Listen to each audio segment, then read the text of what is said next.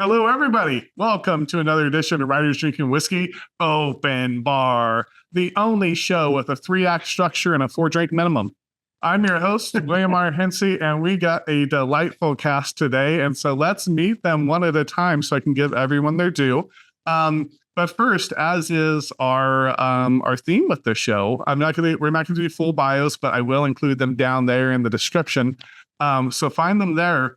But let's start with the man, the myth, the legend, Mr. John Gilstrap. John, welcome to the bar. Could you let us know what the current work is?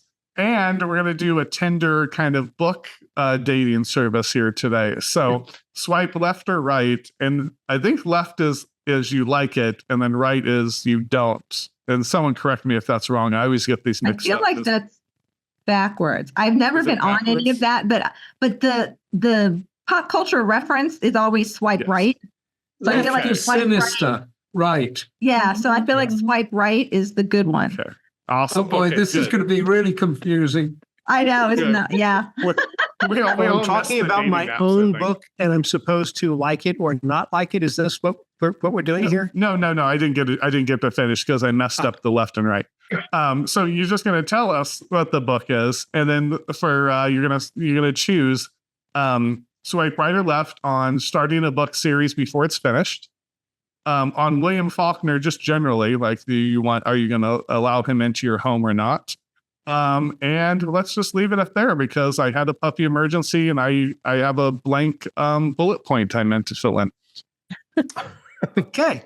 All right. The book I'm working on right now is called Burned Bridges. It is the first book in a new series, the Irene Rivers series, which is an offshoot of the long-running Jonathan Graves series. It's due on July 15th, so it's good that this is only May 13th when we're doing this. It's actually not. It's, June 19th? June 19th. Yeah, June while we're recording this. So yes, I'm in a bit of a panic. I've only probably got about 20,000 words to go before I'm done, but it will be great.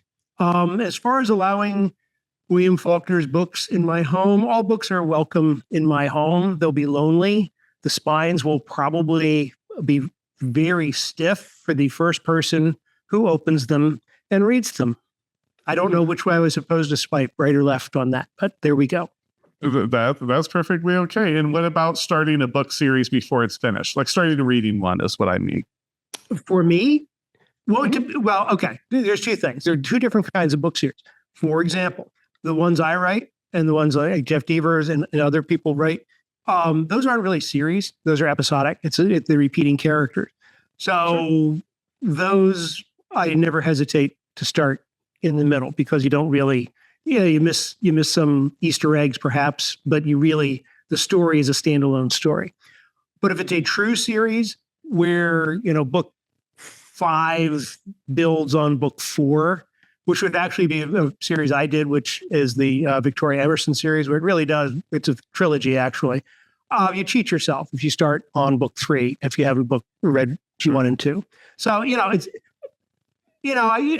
think if the author does their job right, the story will make sense if you start in the middle of a series.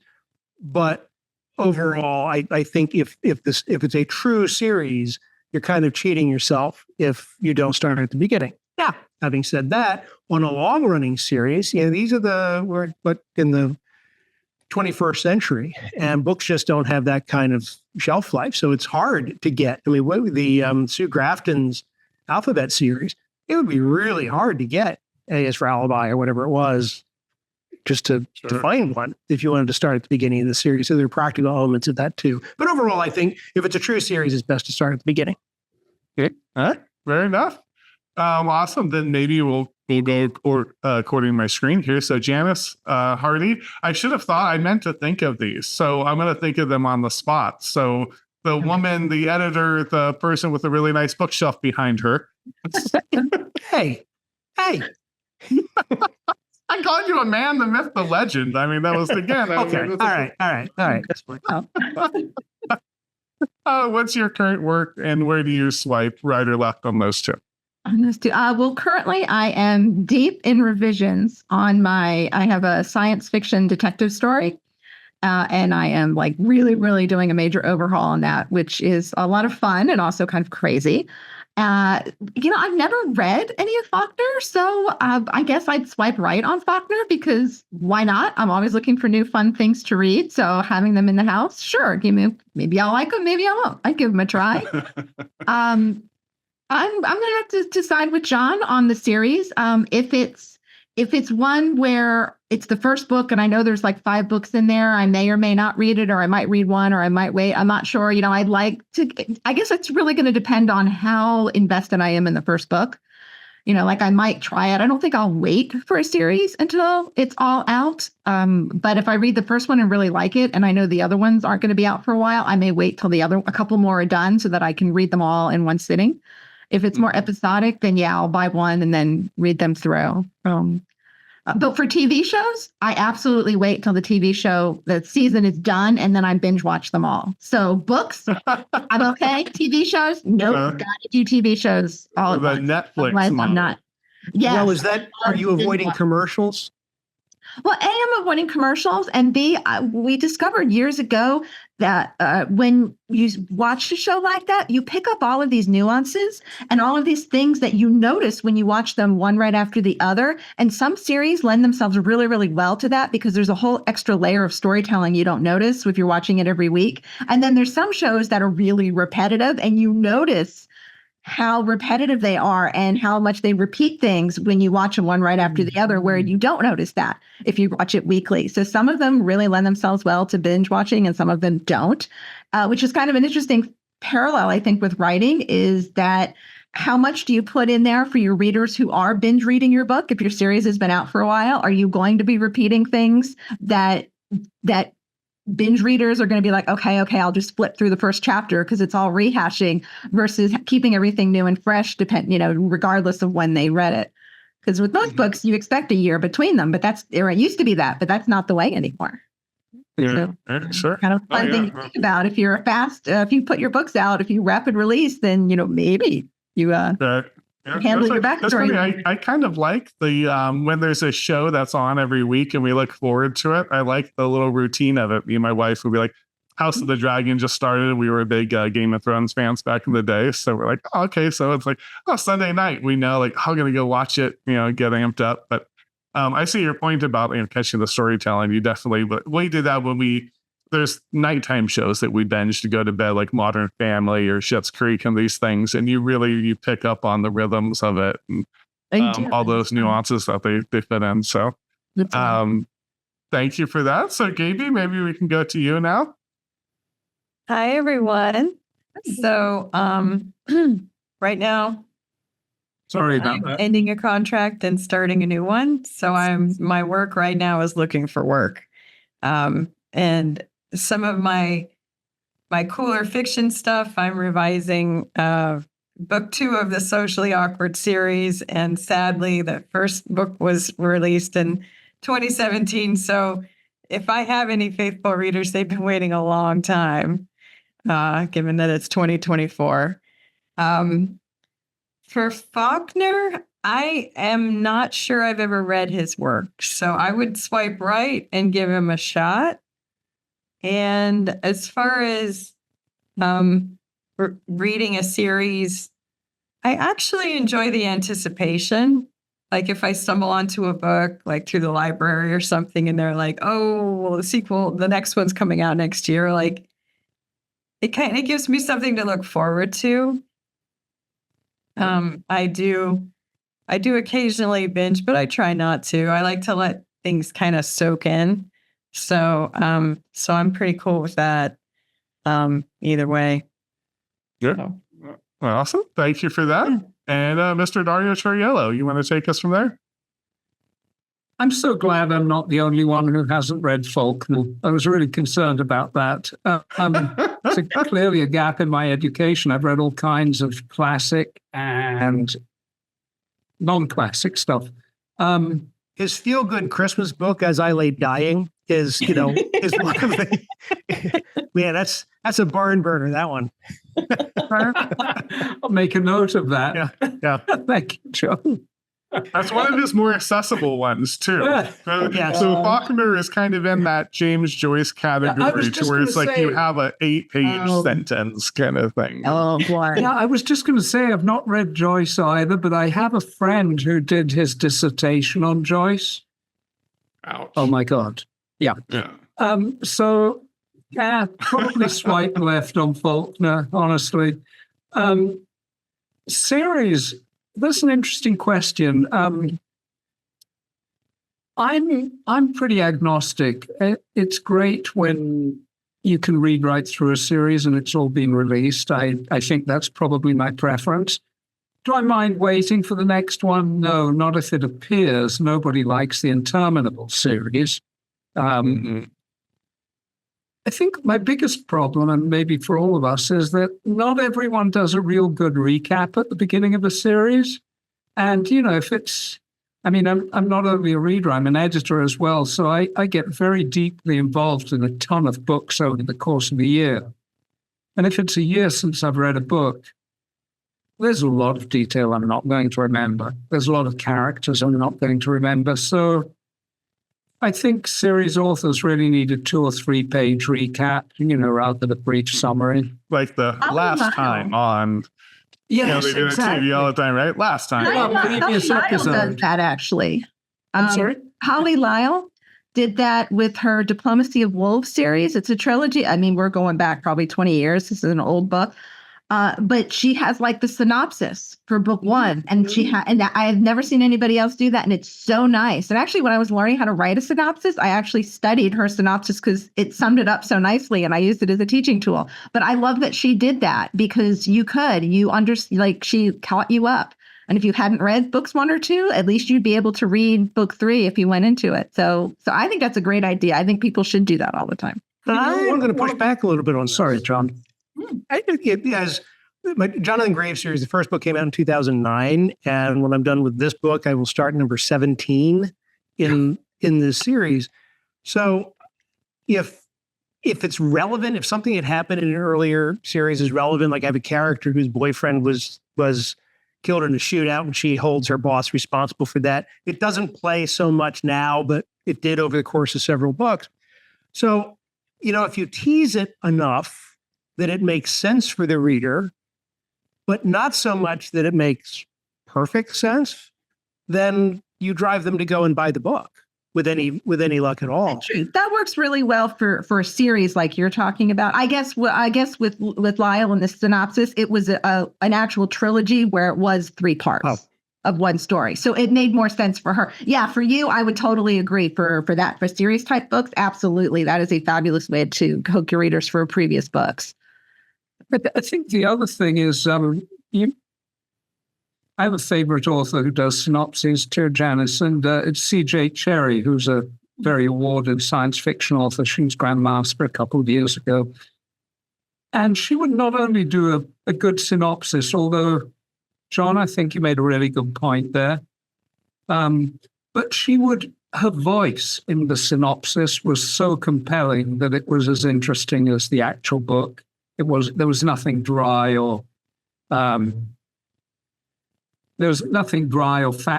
matter of fact about it. It was just compelling. So I think that's really important too. Is if you're going to do it, use a good narrative voice that's going to keep the reader on board. Yeah, sure, absolutely, awesome. Well, thanks everybody for that. Like we got extra. It's like a bonus. It's an extra shot. I'm going to call it today because we're going to keep it liquor themed. So let's go with round 1 here. So round 1, the 3-act structure.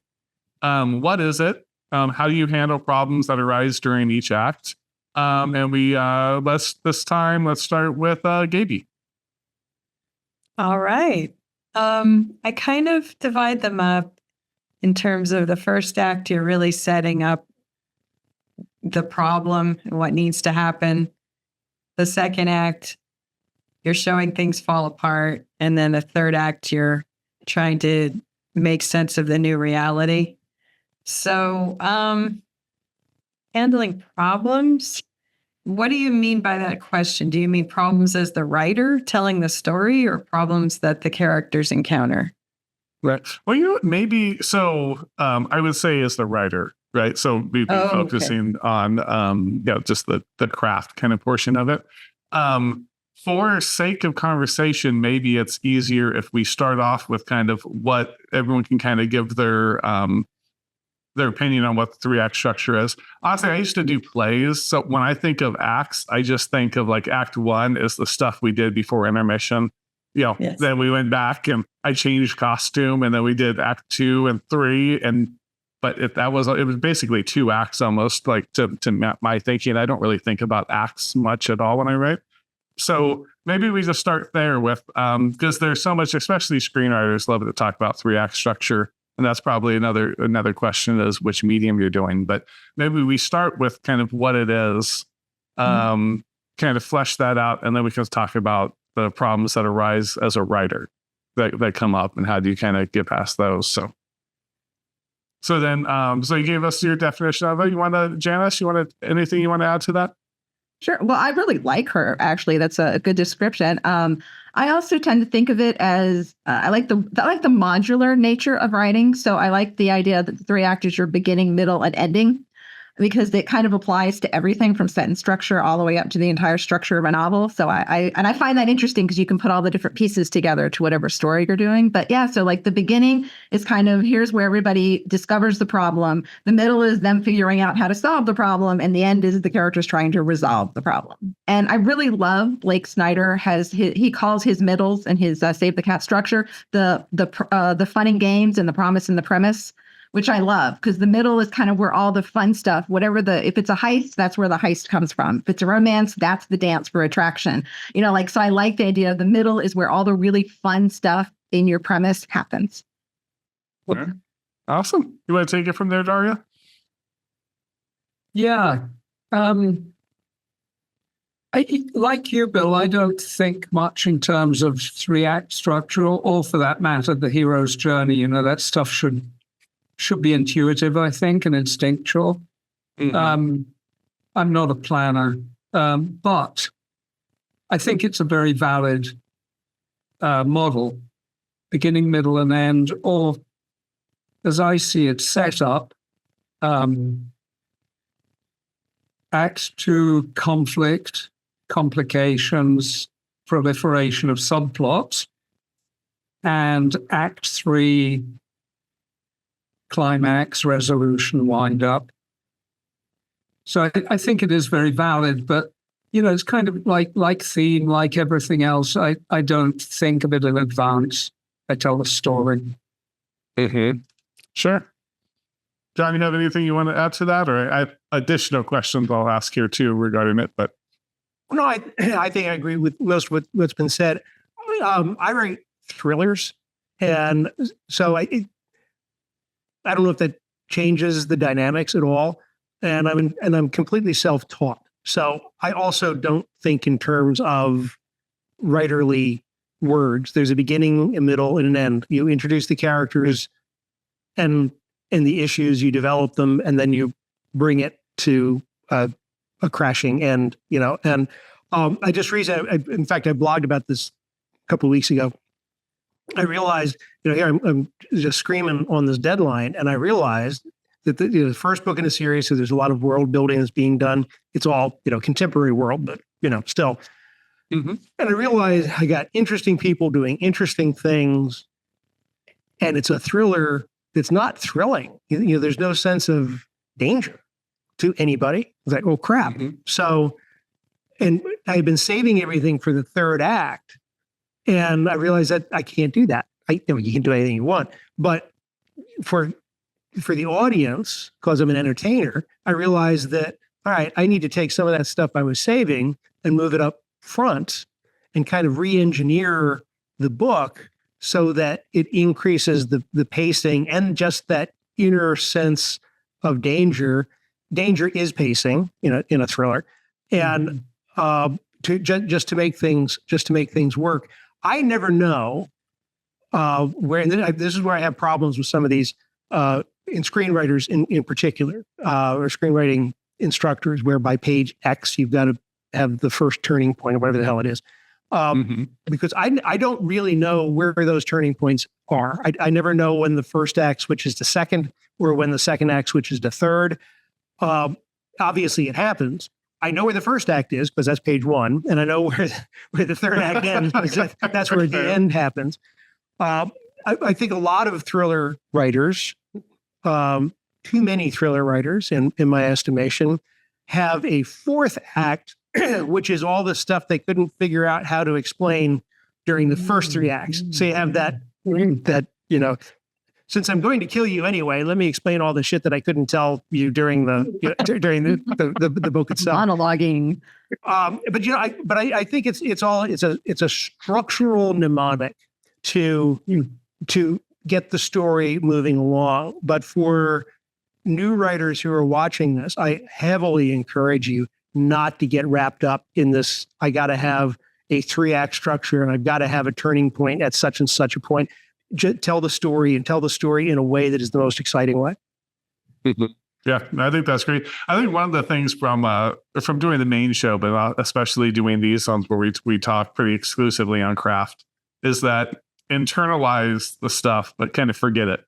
And then maybe when you're editing is when you maybe kind of think through some of those things. Anyone else have different opinions to that? Yeah. If you're a pantser, maybe. I am such an incredible structure person. Like, I need structure. But I also agree that you shouldn't let structure stymie your writing, because structure is to support you and to give you guidelines in order for you to tell the story you want to tell.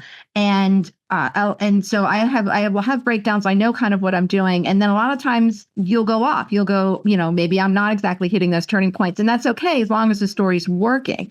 And I do like structure a lot. I guess we'll talk more about this in the next point, but with revisions, because you can kind of double check yourself. Like if you realize, you're switching over from act 1 into act 2, they're encountering the problem.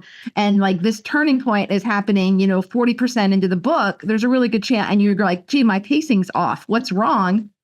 It's a really good chance that your beginning is too long, because if your first major, if what triggers your story is halfway through your book, then clearly you've got too much going on in the beginning. So you can kind of use structure to help control your pacing, to help control your story, and to figure out, do I have what needs to happen? Is the story unfolding as strong as it could be?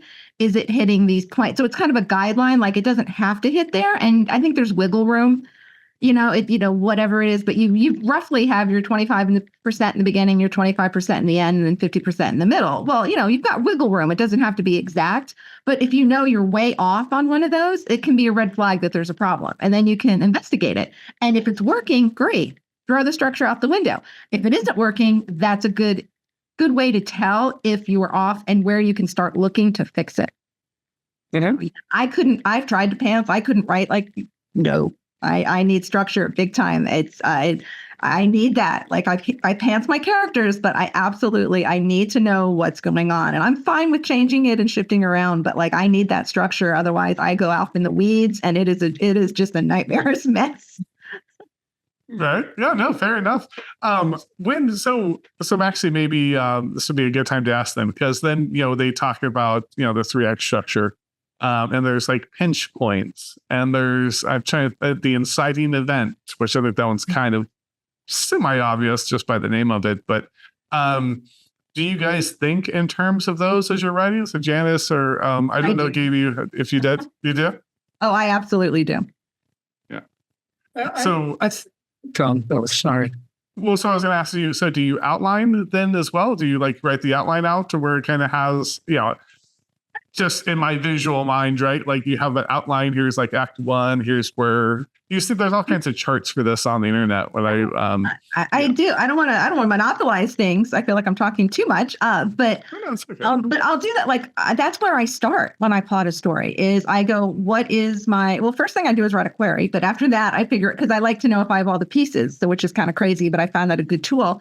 And then I go, well, what are my major plot turning points? So I want to know, what's my opening scene? What's my inciting event? What's my act 1 problem? What's my act 2 choice? I have kind of my own setup that I use. What's my midpoint?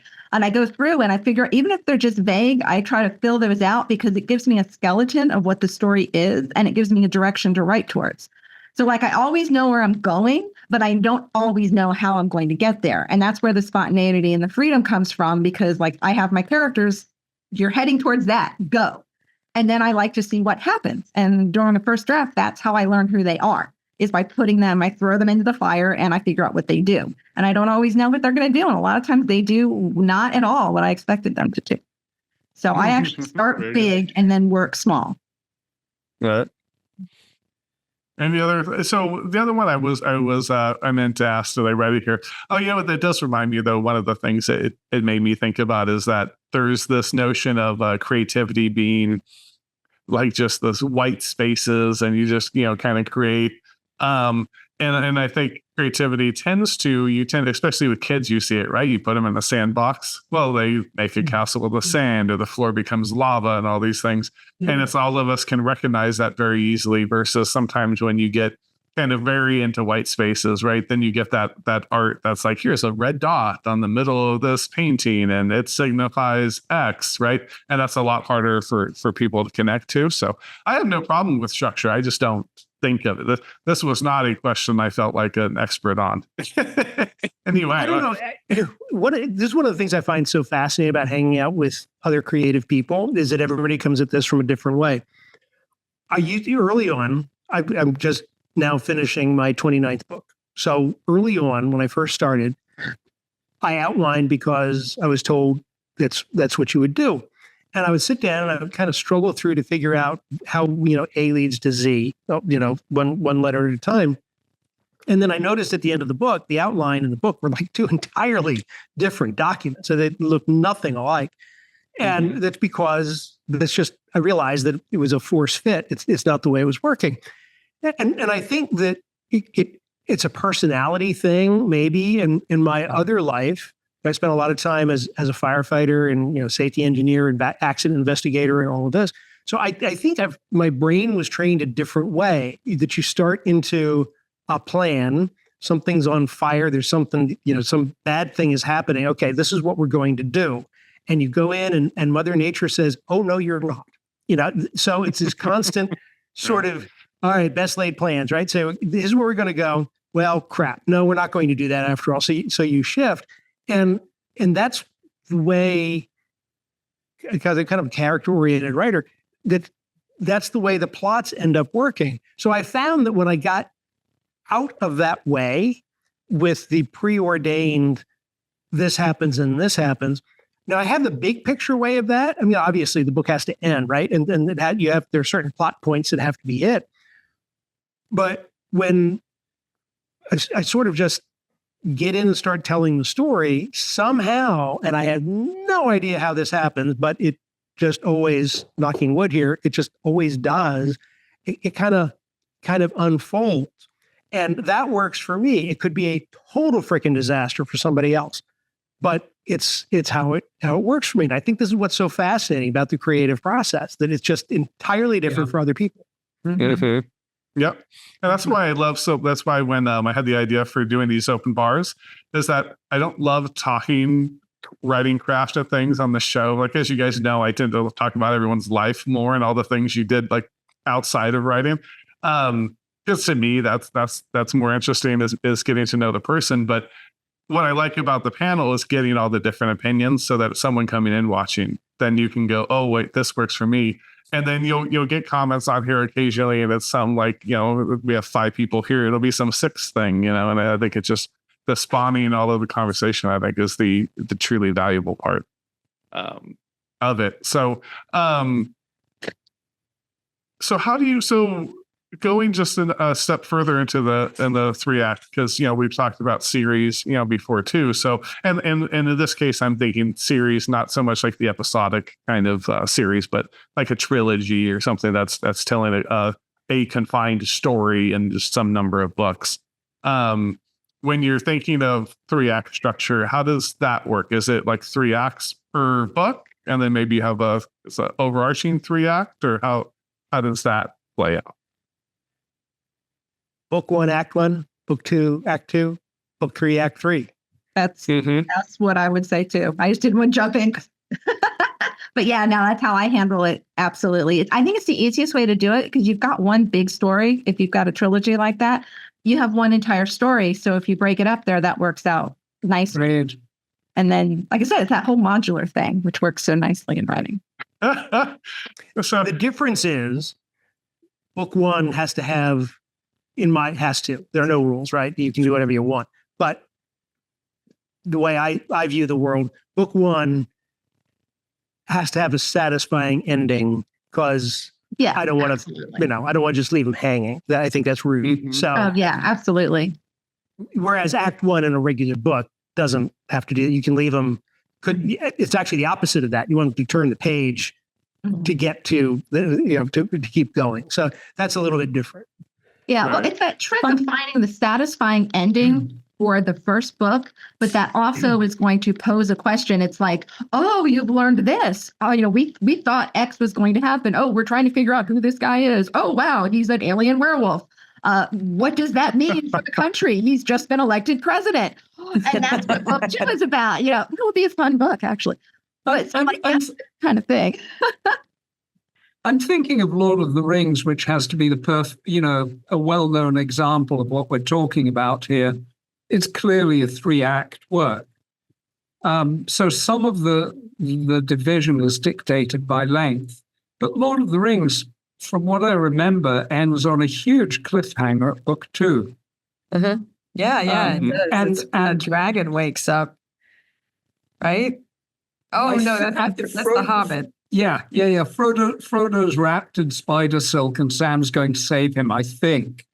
It's been a Okay. long time since I read the books, but it does end on a cliffhanger, from what I remember. And if all the books are out, I'm okay with that. If I Right. have to wait for it, I'd probably be less okay with it.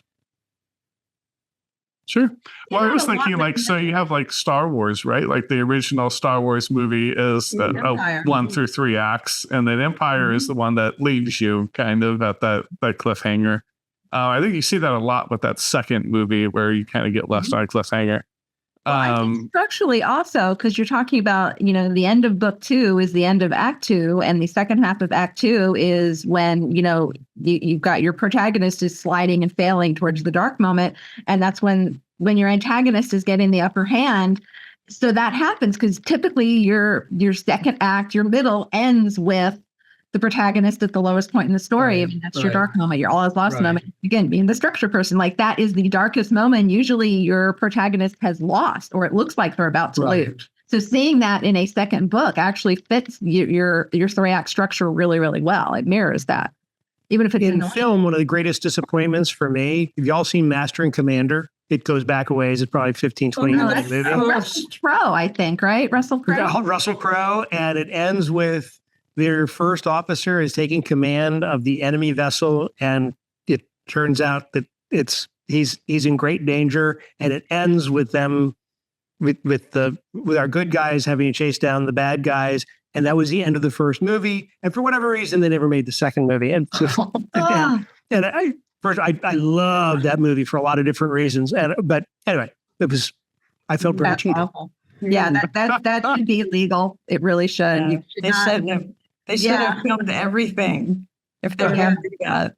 That's Yeah, so, I think they should be like governments. They should have to commit to a budget and stick to it at the beginning. Yeah. Well, you get that with TV a lot, but I've Yeah. gotten that with books. I think it was King's Dark Tower. I read the first 3 books. They were yeah. already out when I first started, when I was like in high school. I read those and I was really excited. And it took so long for book 4 that I did read book 4, but I'd really kind of just lost my passion for it. I never finished it. I read 4 Yeah, books or but it something. It happens to Did you ever trilogy finish it? authors all the time. Oh, sorry. All right. Did he ever finish it? I think he did. I think he did finish it eventually. Yeah. But I mean, you're talking, so I think that would have been, I was probably reading that like mid 90s. And then it was, it was sometime in the 2000s where finally, and that was those 3 books were already done. So I don't know when he published them, but they're already done. But by the time I got to them, I was really excited about the 4th. And then it was such a long wait again. I'm like, I'm done.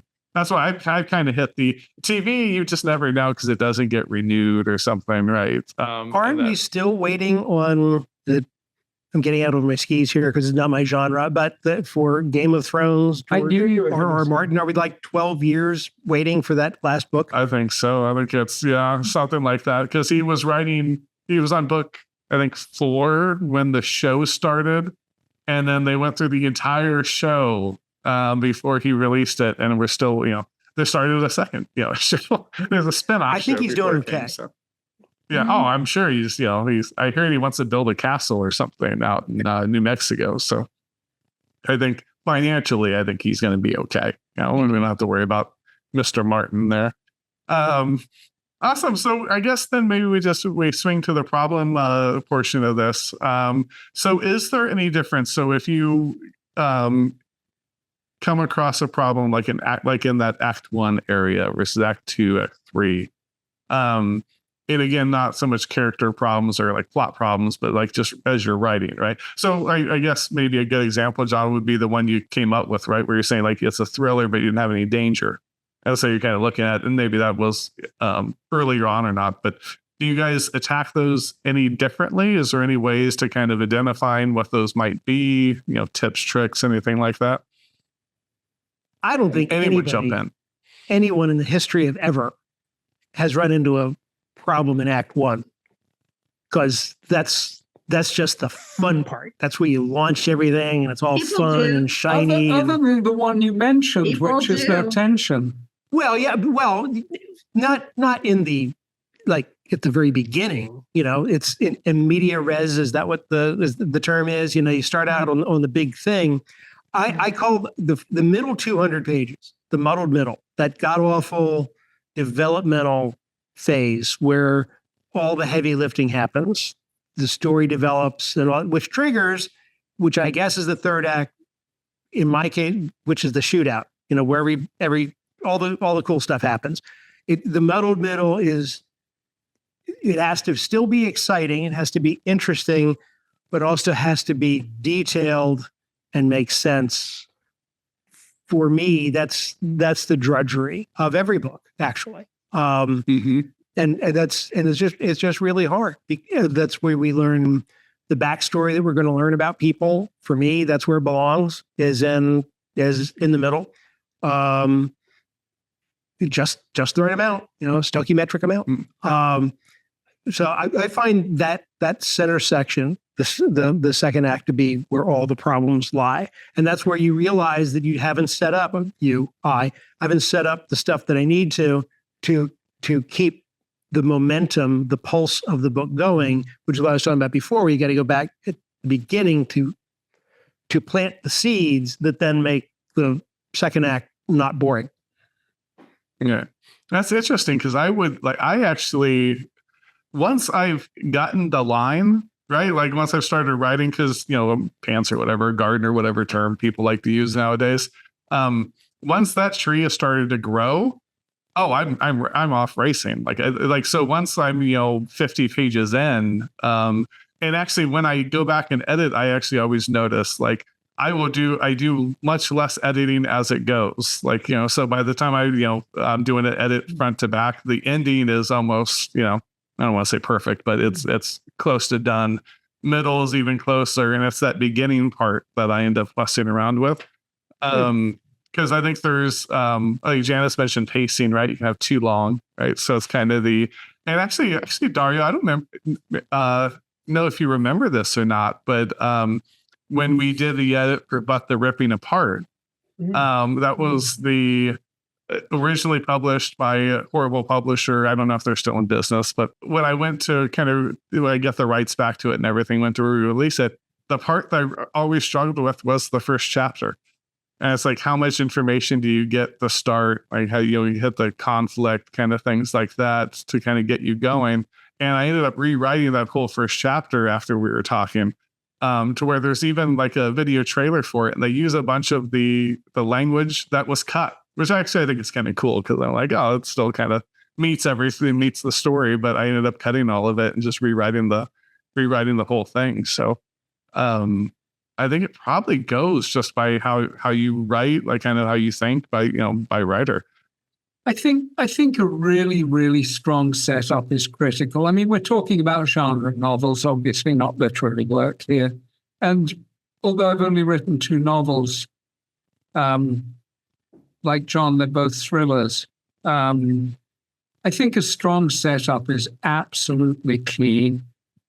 It's, as you say, all the scenes have to be there. I think Act 2 is really difficult for most of us because subplots proliferate. That's often a big problem, is keeping things moving while the climax sets up. But I think strong setup is everything. And it's actually all I have at the beginning, is the setup in the first couple of scenes. The rest is pantsing. Well, that's also where you're deciding, who are the, and again, thrillers have a different structure than, say, mysteries. Who are the bad guys? So we know who the bad guys are. Who is your point of view bad guy? And what water does he have to carry? Because he's going to have a presence in the big climax in the third act. So these are decisions, important decisions to make. These are second act decisions that are going to be very, very important at the end. So I call this story engineering. And for me, it's really complicated and exhausting. It's during those periods, I'm lucky to get, 6 or 7 pages a day. I mean, that's a really productive day during that period, because so much of it is not on the page, so much is off on the side trying to figure out what the hell I'm doing. Sure. And it's funny because for me, the middles used to be the hardest thing. And then I figured out something that worked. And now middles are actually one of the easier things for me, because endings are my nemesis. I don't like endings. But for me, what made it work for me with middles is I added what I call the midpoint reversal right at the middle of the book, because it breaks your middle up because your middle is roughly 50% of your book. So again, structure, it breaks it up to 25% up, 25% down. So I like to have something right in the middle of the book that sends the story sideways. It's a surprise. It's a reveal. It's changing how the characters think about the story. It's changing how the readers think about what they thought they knew, whatever it is, however you want to adapt it to your own story. But there's something that changes and is a surprise in the middle of the book. And then I spend the first half of the middle plotting and working. My characters are working towards that big moment. And then the second half of the middle is them recovering and reacting and dealing with whatever was revealed in the middle. And once I started doing that, middles became so much easier. Is this something that's unique to your books, or is this something you can identify? I've seen it in all kinds of books. I've seen it in all kinds of things. It's that there's usually something in the midpoint. Now, with the thriller structure, might be a little different because, you've got like some mysteries in this, and really it depends on structure. But I'd be willing to bet that if you look at a book right around the middle, it doesn't have to be exactly in the middle, but right around in the middle, there's probably something significant that happens. Because it's almost that temp point that holds your book together. And it's like the first half of the story and the back half of the story. Because that's when things start sliding towards the climax. And that's when your pace starts picking up. It's when your stakes start increasing higher and higher. And that's things just get more dramatic towards the end. And stuff. And that saved me on middles. That always just worked for me. And then with my endings, I always have to redo my endings a million times, because by the time I get towards the end of the story, I am so sick of the story. I just want to get it done. So it's almost like I summarize my endings, and they're terrible. So like it always takes me forever to get them right, because I'm tired of the book. And because I'm so what can I do? How can I throw more trouble? Like it's the solving the problem. Let's give them the twist. Let's give them the surprise. Let's throw more stuff at them and cause them more conflict and cause them more problems. And so when you get to the end, you have to stop, because they actually have to kind of win. And I'm almost incapable of letting my characters win. So it's like the ending keeps going on and on. It's like trying to beat it to death and with a stick, and it just won't die. And it's like, oh my gosh, this is anticlimactic because my ending won't end. And I keep, so that's me, which is funny, because I'm like, middles are good. Endings are for me. What about you, Gabi? Or Susie? Basically, I get help by switching manuscripts with a friend and looking at their work and giving them my opinion, and them looking at, I need another perspective if I feel stuck. And I definitely need another perspective to point out all the blind spots that I have already filled in with my imagination that should make sense, but maybe don't to someone else. Oh, and your crit partners are so vital. I mean, all my crit partners, they're worth their weight in chocolate. They are just fabulous. Chocolate. So, Yeah. Gabby, let me ask you: How do you know if they're right? How do I know what? If they're right, you hand it off to somebody. You've got a thing, a problem, and they hand and you've done. Presumably, you're handing them your best effort, right? And then they give it back and they say, "Here's a problem." How do you know to trust their judgment as opposed to what you handed them in the first place? It's not a trick question. This is kind of No. because I have this issue when I hand stuff to other people. I have this with my editor, actually, whom I love.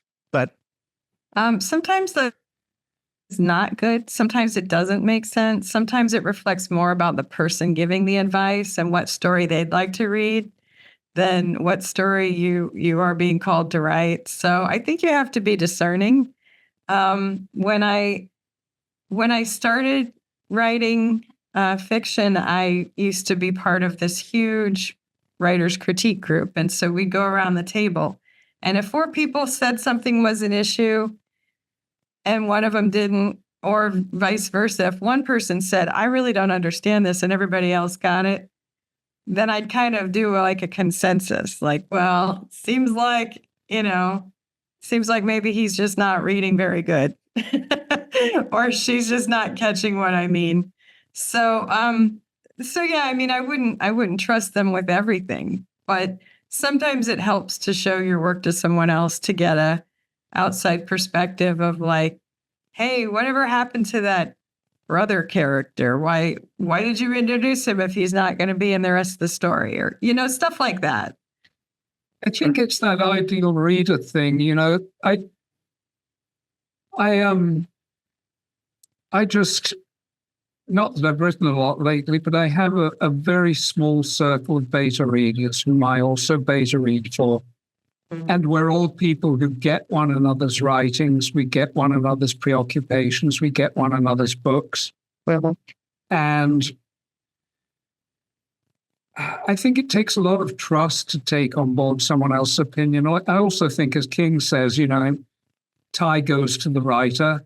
If there's 2 of you and you feel one way, then, it really goes to the writer. As you say, if 4 people have an issue, but it depends who you're writing for and depends on so many things. I think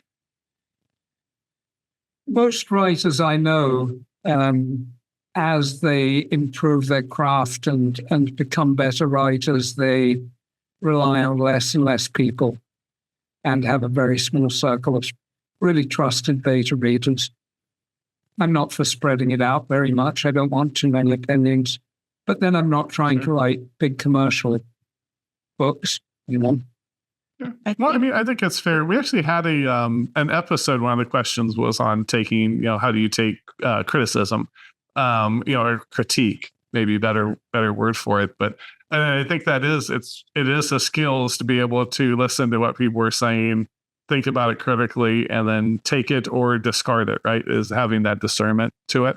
I don't know who says the quote, but there's like an old quote, like a writer makes decisions. And it's like, yeah, you got to make a decision. So, because sometimes you get 4 people that don't like it, but, 4 people, going from my previous career, I got, how many days I got left? I got 9 days left in my previous career. It's like 4 people. That's not statistically relevant, right? So it's like, but they might be telling you something, or it might be getting groupthink, right? Someone starts saying something. Oh, yeah, that makes sense. That makes sense. So it's hard, but it's a true skill to get to. How do you listen to someone and take it without? I think a lot of it's. Oh, sorry. I think Gabi, I just wanted to sneak it in. I think Gabi hit a very valid point in that, sometimes people just want you to tell the story they want told. Mm-hmm. And certainly as an editor, and I do a limited amount of developmental work. Most of my work is copy editing, but I absolutely always, my primary goal is to respect the writer's intent and not try and impose my vision of what their book ought to be. And I think that's that's a real problem in critique and in editing as well, is that people sometimes want you to tell their story, not yours. So that's a really, really hard thing to hone in on sometimes. Sorry, Janice, I interrupted. No, it is. No, actually, it's good because I kind of build off what you were saying. Because a lot of it, you just almost trust your gut feeling and your gut instincts. Mhm. And I've noticed that if like you hear stuff, because like I said, I have several groups, and I have one that I meet weekly with two fabulous writers, and we're looking at first draft stuff. So, and it's almost like we're all stepmothers to all our work, which if it works for you, it's great. For like, there's been groups where I would not have done that because it's like, this just happens to be a really good group for this because we talk more about the story and the development and what we're trying to do. And we try to help each other achieve that. So a lot of it tends to be, well, what's the gut feeling? Like, what's your initial reaction? Because sometimes when you hear feedback on a story or something and it clicks in your head and you can instantly see where that piece of feedback will go and you go, yes, that's going to solve a problem. And you get excited about it. And so sometimes that's a way of knowing that is something that's a good direction. Then, of course, you have to think, am I excited about it because it's really good or am I excited about it because it's new and flashy? And, so you kind of have to judge it and evaluate it. And then the other side of it is sometimes you hear something and you have that immediate knee-jerk reaction. No. I mean, I had a friend who just did this recently on my revision and it's sitting there going, okay, why am I having this reaction? Like, what is it about this reaction? Like, and then you and it almost forces you to kind of sit back and be objective about it. Like if you have that strong a reaction, negative reaction, what is it? And then you almost have to justify, like, why should I ignore that? And then when you think about it, there's been times when the more you think about it, you go, well, there's actually a point. And this is why I've been struggling because I've been refusing to let go of this piece of the story that doesn't belong because I love it. And I needed some tough love. I needed somebody to really point that out, which is one thing. And then there's sometimes where I'll feel like, oh, this is really important. And I know it's important. My gut's telling me it's important, but I can't figure out why. And what happens is you'll have critiquers who can see a problem, but the problem isn't where they spotted it. That's working. The problem is 4 chapters back where you set it up. And you didn't land it well enough. You didn't launch it well enough. And if you go back and you tweak a couple of things there, then all of a sudden everything works where it was. So they'll point out a problem, but it's not necessarily where they think it is. That's just where they noticed it. So sometimes it's really fun and hard, but it's kind of fun to figure out, like, why are they saying this? You have to kind of understand what made the critiquer say that and make that. And you have to understand how that works in the story. And then you can kind of look back and evaluate. Are you literally sharing first drafts? Like, yeah. Why? I mean, if you already know it's broken, you already know it's not, Well, I love it. It works good. Well, part of it is that it also helps us because we need to turn in 2 chapters a week. And so this keeps us motivated and keeps us writing. That's the rule of the group? That's the rule of the group. Yeah. And okay. You don't have anything. I mean, it's fine, And then sometimes, like this past week, we met and we were like maybe 15 or 16 chapters into a draft for one of my friends. And there's been a lot of world building. She's writing fantasy. There's been a lot of world building questions and some logic issues. And she says, you know what? She says, can we next week? I just need a brainstorming session. And we're like, sure.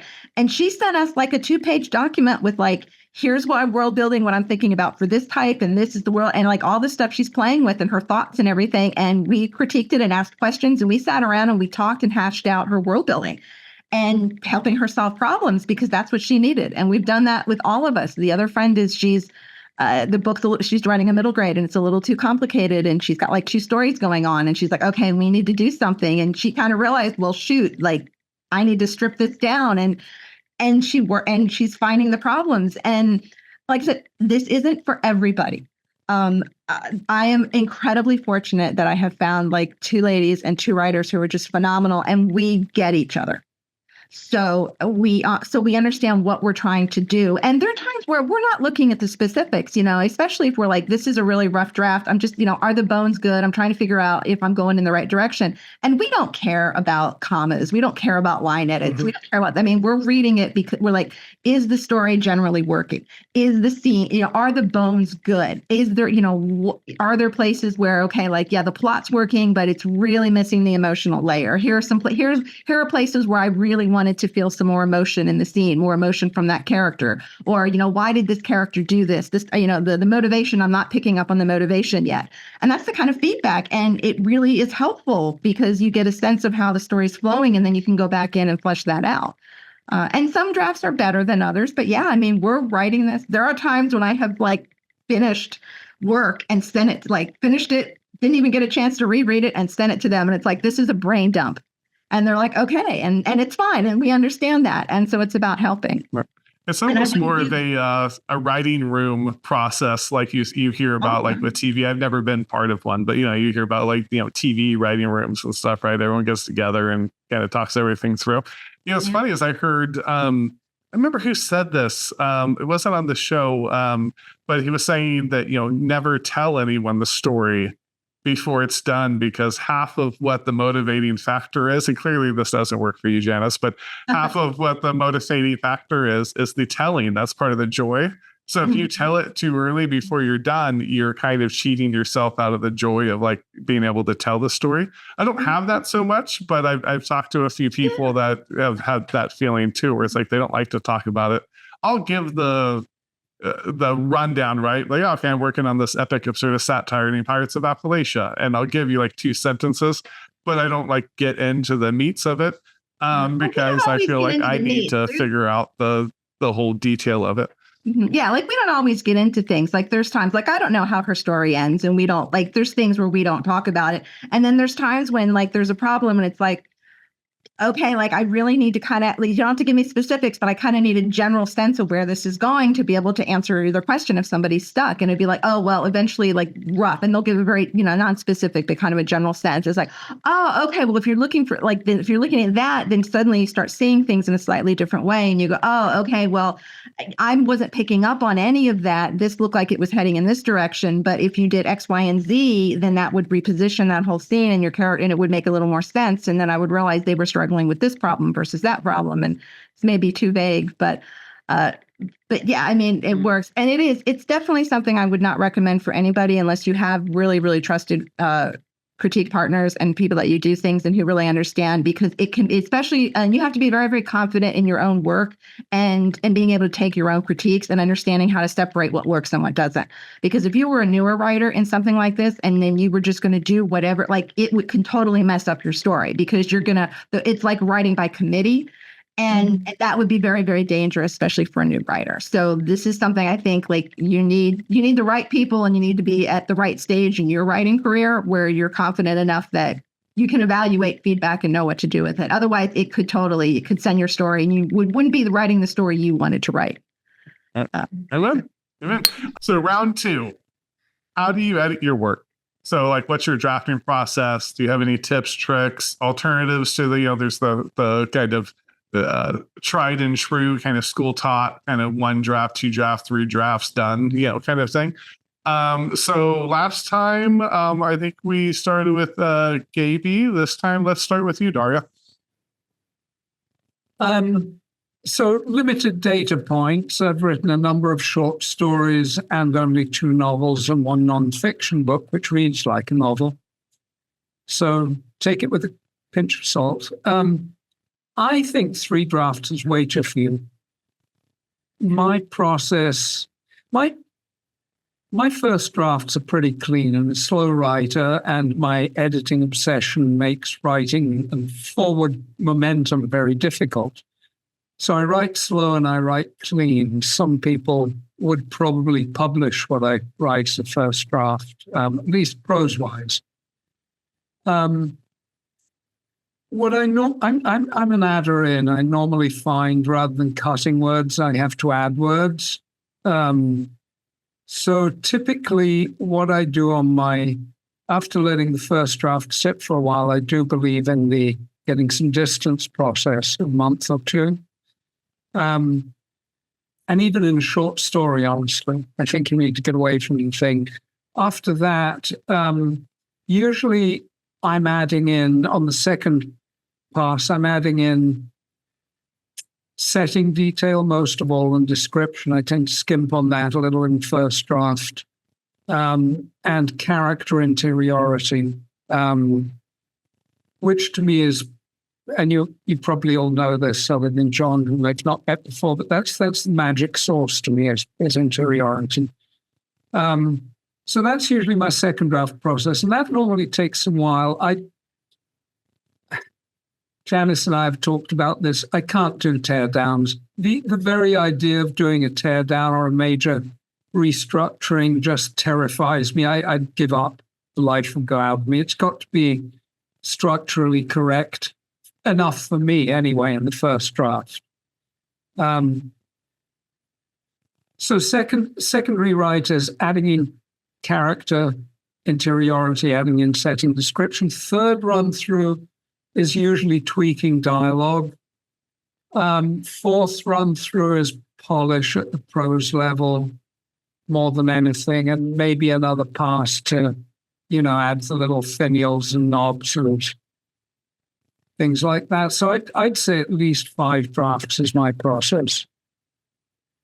Okay. You want to take us from there, John? We'll start with a question, actually. And then when you say interiority, what do you mean by that? Internal dialogue in free and direct speech. All right. I start I write with my face on fire. I delay and delay and delay and then realize, oh crap, I owe a book. And the contract is for like 100,000 words. And so I start every writing session by rewriting what I wrote the previous session and then moving on. So I either write 2 drafts or I write, 70 drafts because, it's this 1 step forward, 2 steps back, 3 steps forward, whatever that is. And All Abdul. so when I do by the time I'm done, it's actually with the first draft, it's actually pretty polished. And then there's what I would call the continuity draft, just to make sure that the parts are done.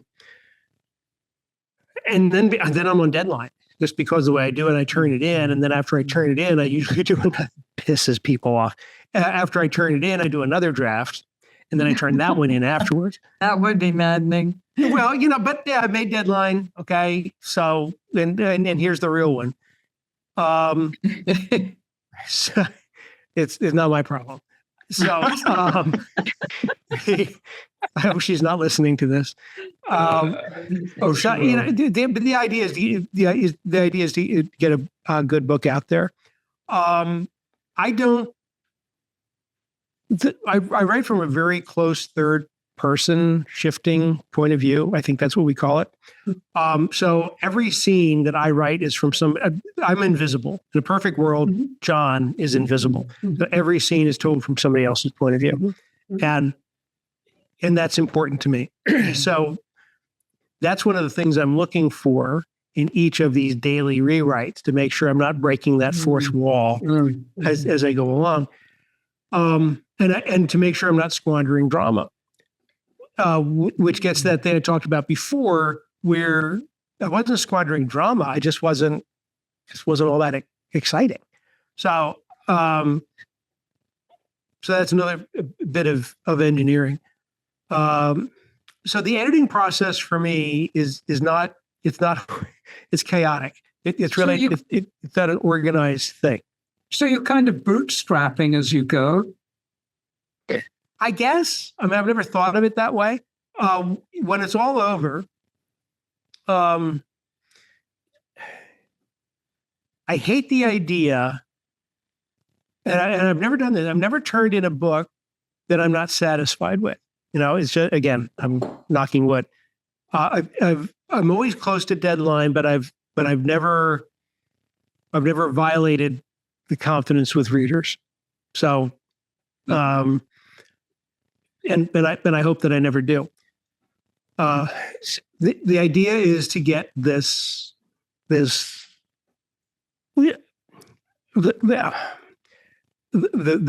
rolling heartbeat of action, particularly in the third act. Nobody should ever leave the book behind to go to the bathroom for the last 100 pages of a book. You take the book with you to go to the bathroom in the last 100 pages of the book. And if that's my job. And so that's part of the goal. And then when the book is done, another goal of mine is for the reader to go, they're satisfied. They might be sad. Not all good guys survive in my book, but if they die, it's for a good reason. It's for a good cause. But they'll feel satisfied. So those are the rules that I've established within my storytelling. But that's not an editing thing. That's a story construction thing. But the editing process itself, it just works internally, but not intentionally. Make sense? Yeah, that makes perfect sense. I like that. So it's almost there was two things that stood out as you were talking just now. Was one, I think it's a really brilliant idea to start the day by going back to what you wrote the day before, just for that continuation, also to get your mind, kind of back in that place. And then two, it's almost some asymmetrical editing, right? Like here's the continuity. I can't even speak anymore, but the continuity draft, and whatnot. Because I think sometimes, you can always look at it front to back, but sometimes when you look at it, in other ways, you look at it at a different angle, you can spot different things. So thank you for that. And there are sometimes you realize, and this has happened, that I will have written a scene from the wrong point of view, where you have two point of view characters in opposition to each other, in conflict, in a fight, or whatever the case may be, and you realize, all right, that was just the wrong decision. You needed that exact same scene from the other point of view, and it just works better, which is the engineering part. Sure.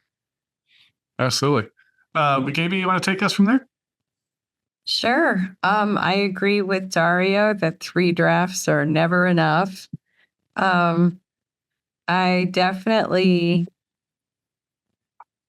think you have to kind of edit per thing. Like, I'm going to go through this and I'm going to look at all the dialogue. I'm going to go through this and I'm going to look at all the interiority. I'm going to go through this and I'm going to look at all the description and make sure that what's on the page is what you picture in your mind, because that's what you're trying to communicate to someone else.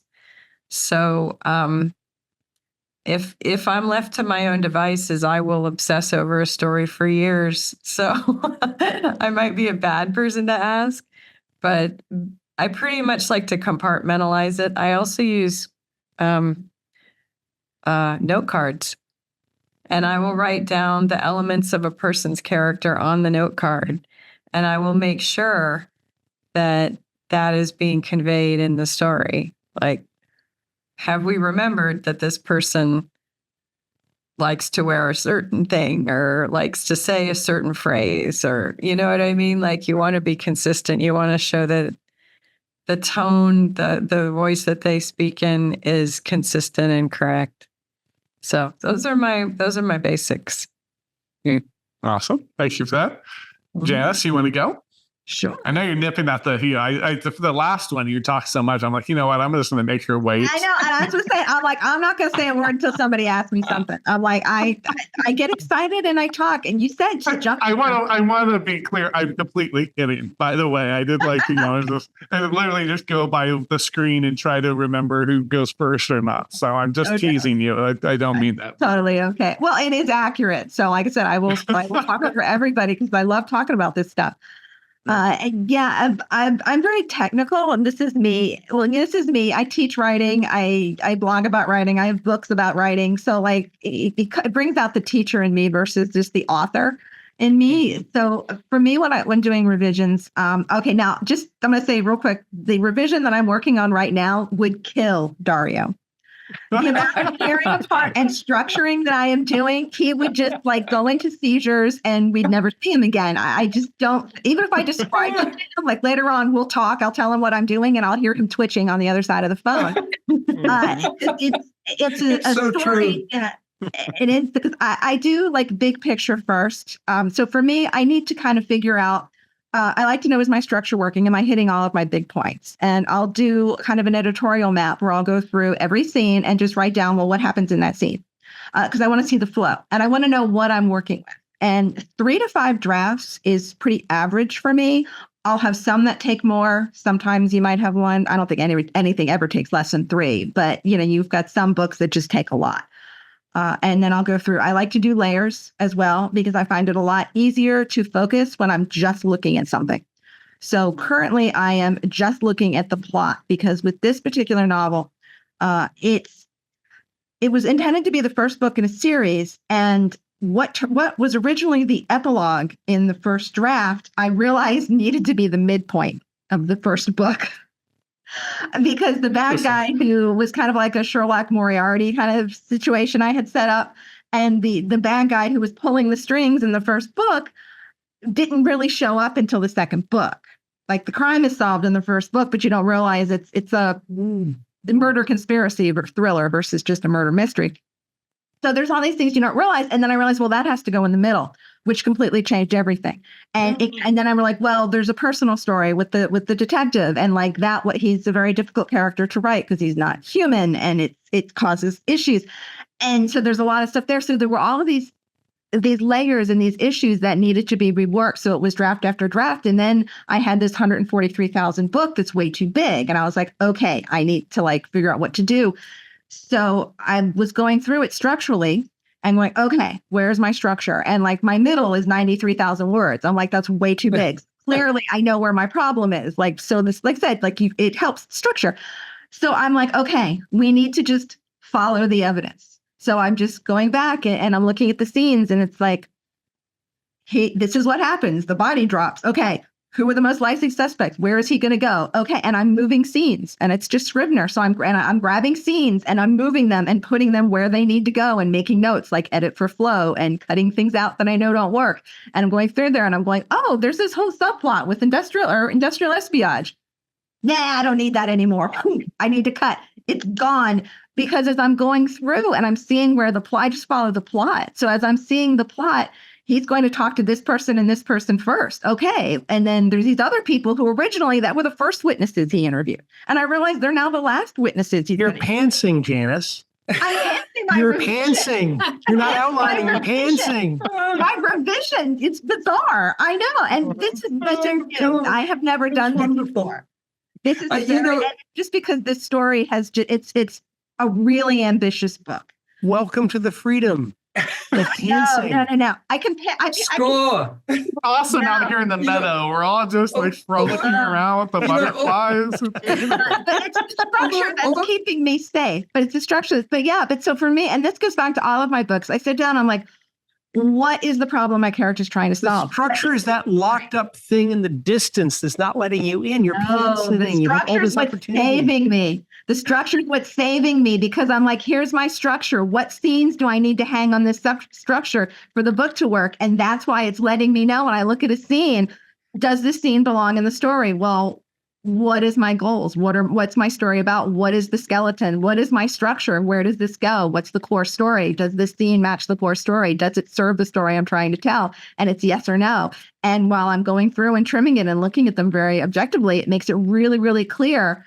Oh, I don't need this. I have some scenes where there's 3 separate, and I needed to cut way back. So this is also, if you've got to really hack and slash on a revision, I'll have 3 scenes and I'm like, you know what? I can just take all of these scenes and there's important aspects in all of them. Well, these can be combined into one scene. Okay. So what's the right spot for that scene to go? Because it's one of those, oh, we're all rehashing the case kind of scene. And then it's where's the flow for that? There's scenes that I'm like, okay, this needs to be broken into 2 because this part needs to be in the beginning because he's now interviewing this suspect sooner. But this part, the second half of the scene, the information there didn't show up until later in the book. So that needs to come afterwards. And now I need to do it. Like I said, my husband says that I have a jigsaw puzzle with too many pieces. It's like it's a 500-piece puzzle, but I have 700 pieces, and I need to figure out what the right 500 pieces are. Dario would not survive this; he just wouldn't. Can I pitch in here? I start big and then go, is my plot working? Okay. Are my story arcs working? Are my characters working? I look at the macro story until I know that all of that is working. And then I start going down little by little. Then I look at, I always have to add more description. I never do that. And then I go down, each layer goes through. And then I just go deeper and deeper until I'm looking at the minutia and I'm looking at it at the text level and the sentence level. And then I'm doing the polish and stuff. So it's that funnel. And for me, it's story and plot first, and then characters, and then the technique stuff. For sure. You want to chime in, Dario? Yeah, just briefly. And, for your viewers, I should say that Janice and I are very old friends, and we used to actually be in the same critique group. And we have utterly diametrically opposite approaches to writing, which is wonderful. And, we agree on the core things, nonetheless. I think you brought up something really important, Janice, which I forgot to mention. Although I am a total pantser and I don't outline, when I've got my first draft, I do a quick outline after the fact. When I come back to reading it, I just jot down a couple of sentences on what happens in each scene. And then I usually toss it away, and you would never dream of tearing anything down or changing anything.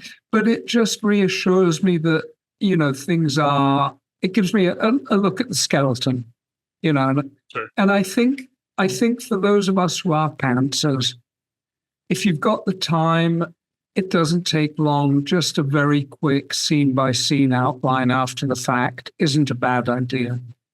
Right. Well, I think it varies. I know the popular terms are like pantser and blotter, right? I tend to think of it very much like sculpting. And that first part, I'm literally looking for the clay I'm going to be adding, and I might add some driftwood, and then there might be some marble here, and I'm kind of mixing these things together to where I'm just getting meat on. So I don't write like front to back that first one. I might write, here's a middle chapter. Usually it is semi front to back, but I will have an idea for what's in the middle. I will have an idea for at the end. I kind of write those things out. And then I kind of go front to back. I get everything, and then I really look at it. So we talked about this before, Dario, when I was writing Pirates of Appalachia. There's a lot of different characters.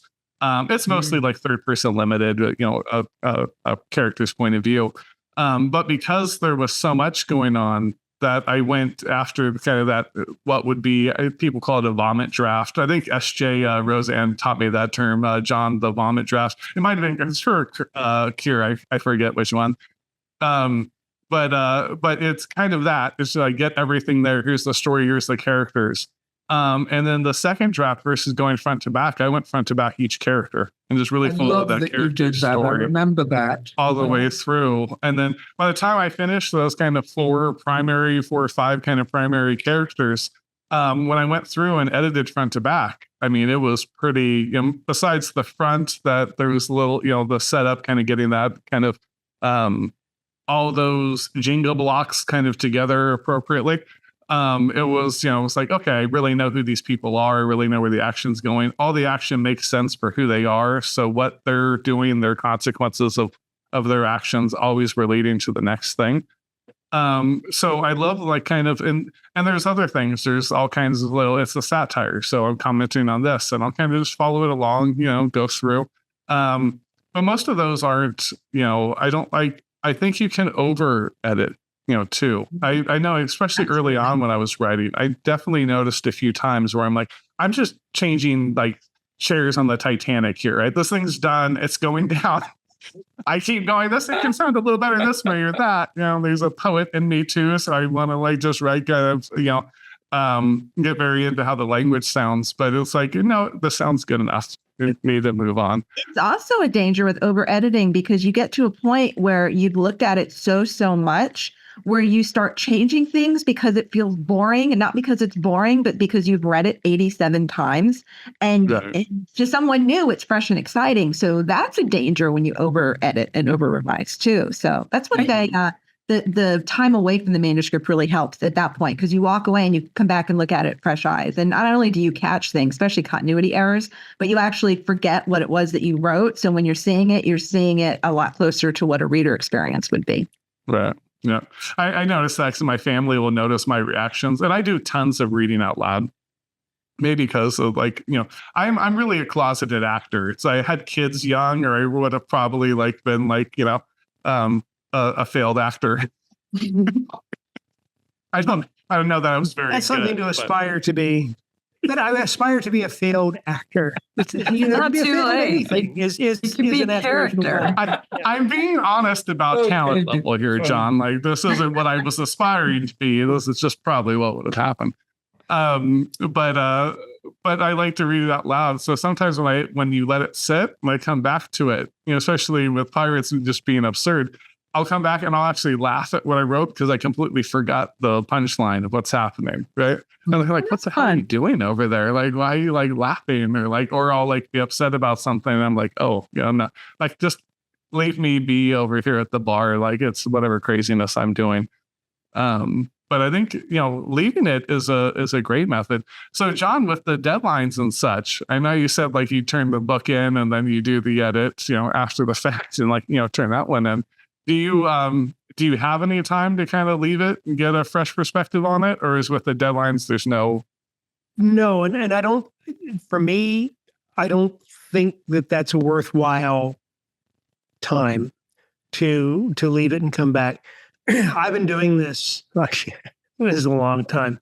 I'm really good, and I've always been good about being able to have a disembodied, Detachment? detachment to my own work. There's not a lot of real-time pride of authorship. I can be very critical of my own work. And so this process of rewriting every day brings a familiarity to the work and what I'm doing. It also brings, and that familiarity makes me very aware that if I need to shift something, if I'm on page 325 and I realize that, oops, I need to have a thing, I need to have a gun, I need to have a second floor, I need to have something that wasn't there somewhere in chapter, somewhere back in the second act or whatever, I will go back and I'll fix that right away. And that's easy to do, to weave it in. So by the time I'm done, it's kind of done. And that last pass, the one that I turn in after I turn it in is really, it's that really fine oil and sandpaper kind of pass. There's nothing developmental about that last pass. So, it's my name that goes on that spine. And, my job, I'm part of a machine, and my job is to make sure that Kensington gets books out on time, and, the arcs have to go out on time. There's a lot of things that have to go out on time, and I'm very respectful of that. But at the end of the day, it's my book. It's my name that goes out on the spine of that book. And that's my thing. So, and I say that without apology. The editing process, it's a creative process. It's not a violent act. We're trying to make everything work very well and make sure that the characters are doing the things they're supposed to do and that they're properly motivated. I've always had a relationship. I've had the same editor. Michael Hamilton's been my editor for, 20 plus books now. And early on in my career, I shifted, different publishers and different editors. And I found that I had to have a rule with editors that tell me what doesn't work and why. Don't tell me how to fix it. Yeah. Because if they become invested in their solution, that's a two-front war. Yeah. Mm-hmm. And I have to convince them why their idea sucks and my idea is right. So it just works. We're all professionals in this process, and it ends up working. So I hope it continues to work. John, I so agree with that. That's so right. Absolutely.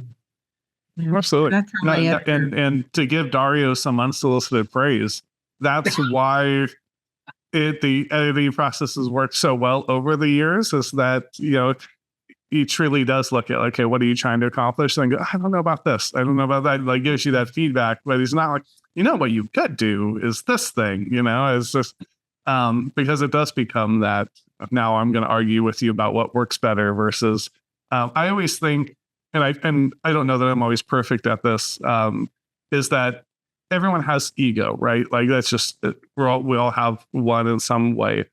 If you can get your ego pointed to the betterment of a cause, right? So my ego is producing the best book I can, then it becomes less about like, this individual thing or that thing. But when someone now says I think you should do it this way, well, now you start getting that ego conflict versus, okay, I think it should be this way. And you're not working towards just what's the best way, to do it. And I think it should be left to the author. So I think you make a great point, John. Like your name's on there. I hate the term. People like to use this creative term. I don't know what that's all about. But the creative, I think editors can be creative too. Anyone can be creative in their job, but you should leave it to the creator. A really quick story. Absolutely. I've been part of a critique group. There's 5 of us. We've been meeting every month for 12 years. There's 5 authors. We're all well published. And last week, actually, we met. And the rules of engagement for us, it's a cold read. We used to meet in my basement. Now, COVID, and I moved to West Virginia, so now we all did through Zoom. And so I read a chapter of the current book, and this rarely happens. And the story I'm going to tell, this kind of thing happens. So I was reading through. It's a violent scene. It's somebody gets killed. We have a character kills another character, and kind of the aftermath of it. And as I was reading through it, I actually choked up and couldn't. I finished it, but it was really difficult for me to read through the prose of this. And I thought, okay, there's a sweet spot, that if I wrote it, there's no surprise here, right? But I don't know if I didn't, the group liked it, nobody savaged it. And if it was bad, they would have, and I'm not trying to discount any of it. I think you might have a career in writing, John. Well, there you go. But it was really strange because the reason I read this to the group was to know, was it could be gratuitous, it could be, did it work? And as I was going through it, and I realized that I was having a problem making my voice work, that, okay, it doesn't matter what they tell me because yes, this is working because clearly I have reached the sweet spot that I wanted to reach for me because I'm the writer. And I think for you people, if you're aspiring writers that are out there, that's your sweet spot. It doesn't matter what other people think. If you can make yourself laugh, you can make yourself cry in what you're doing, you're there. Absolutely. Well, you know what? I thank you so much for sharing that. I think what it really illuminates too is that we're all very similar, right? So like if something really impacts you, it will impact someone else, right? You're not such an island that so if you read something that really impacts you to where you almost cry reading it, then it's going to impact someone. There was Tim Johnston, who I always call the patron saint of the show, because when I was first starting off, T.D. Johnson, what he writes under, he helped me just get a bunch of guests. And so, John, he's actually the one that got me in contact with James Grady. Okay. So I just did it like cold because he just really believed in the show before it was, we're fledgling. I mean, we've only been doing this 2 years really at this point anyways. But, and so anyways, I met him he produced this anthology called Short Story America. And I sent in a story. I think it was a finalist for one of the awards one year called Best If Used By. And he had asked me out to South Carolina to teach a class and read the story and participate in the conference. And I read that, and it's a very short story. It's kind of about essentially about a mother dealing with grief and over losing a child. And I choked up reading it. I got through it, but I really choked up kind of reading this out loud because again, like I like that acting part of it, so I really try to get into it. And that's part of why I think reading out loud is so important. I know writers hate to do it, but I think it's truly kind of a life hack. But I did it, and I'm like, get down, and I'm like, okay, whatever. Like I'm a tad embarrassed by like kind of almost breaking down, as I go, and I'm not one to really get embarrassed, generally, as people will tell from this show. But I'm like, okay, oh, whatever. Like, am I overacting? Right? I always like to make fun of overactors. My wife teases me because I know I'm an overactor, and we go, and then Tim went up to announce the next reader, and he was choked up. From it. He actually stopped for a second. So he's like, just give me a second. And say, okay, now we're going to, this next person.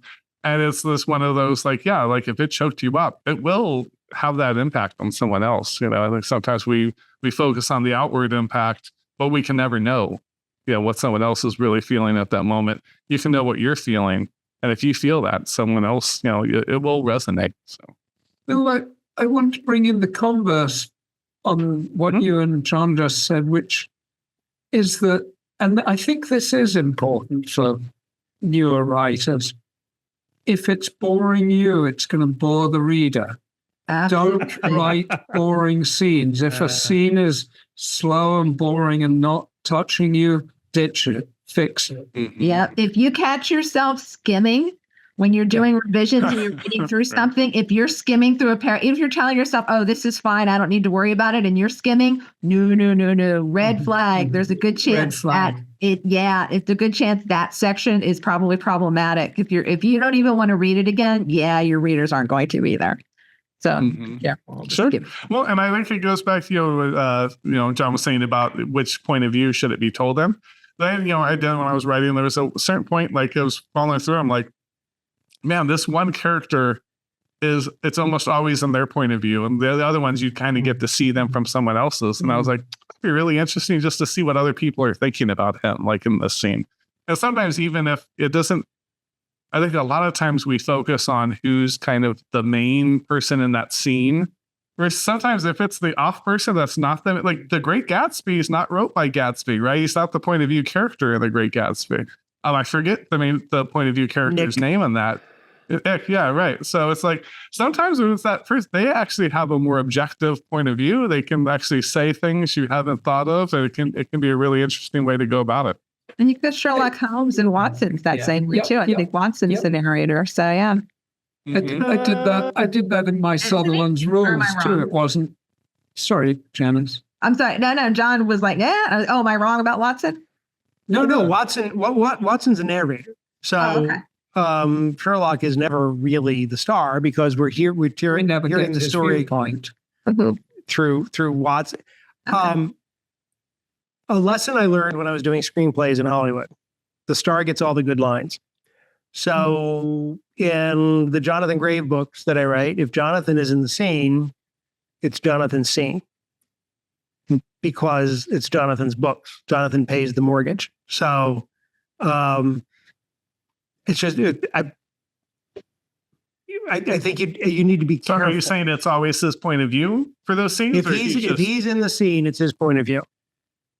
Okay. So that's my rule. I would counter that. I just read Steve Hunter, our like mutual buddy now, his The Third Bullet, and Bob Lee Swagger, who's his kind of equivalent to Jonathan Graves. There's a few scenes where he's not the point of view character, and it's actually really interesting seeing how they react to him. So I mean, I think it could work for you. I'm not like arguing necessarily. I'm just saying that there's multiple, kind of.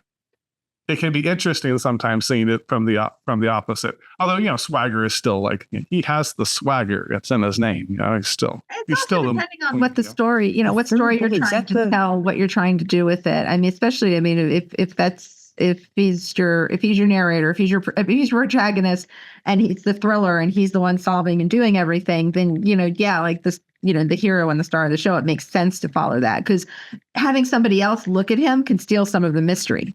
It can almost humanize him too much, may not be the right phrase, but I think generally that may be the gist that I'm going for. Like, it's like don't meet your heroes kind of thing. Like, so if you have other people seeing the hero, it might lessen him. So I can totally see how that would work in that type of thriller with a hero, because you don't want your hero you don't want to see behind the curtain too much. Like you want to keep some of that mystery, and you might lose too much if you've got somebody else seeing him. I could totally see how that would be a very good thing to follow, because it could be very effective for that type of story. Well, and I think at minimum, right, it's 90% of the time, 95%, you do follow. You know what I mean? Like it's going to be about, Right. Whoever the main person is. I'm arguing more the exception that can be. I don't know that it'll ruin the mystery necessarily. I think it could, right, seeing someone else from someone else's eyes, and you don't get their point of view and stuff, you might be able to get a chance to, I try to, right, like if someone, like how someone sees you, right, like that doesn't mean that's the perfect way, right? Like people like think things about me all the time, right? You would watch this show and think, I don't prepare, I go wing it and do this. And like we were talking about, like Janice, the kind of in between, it's like I do tons of preparation and then I just let it rip and like kind of You let the just show don't let go it where show. goes. I think that's brave of you. Thank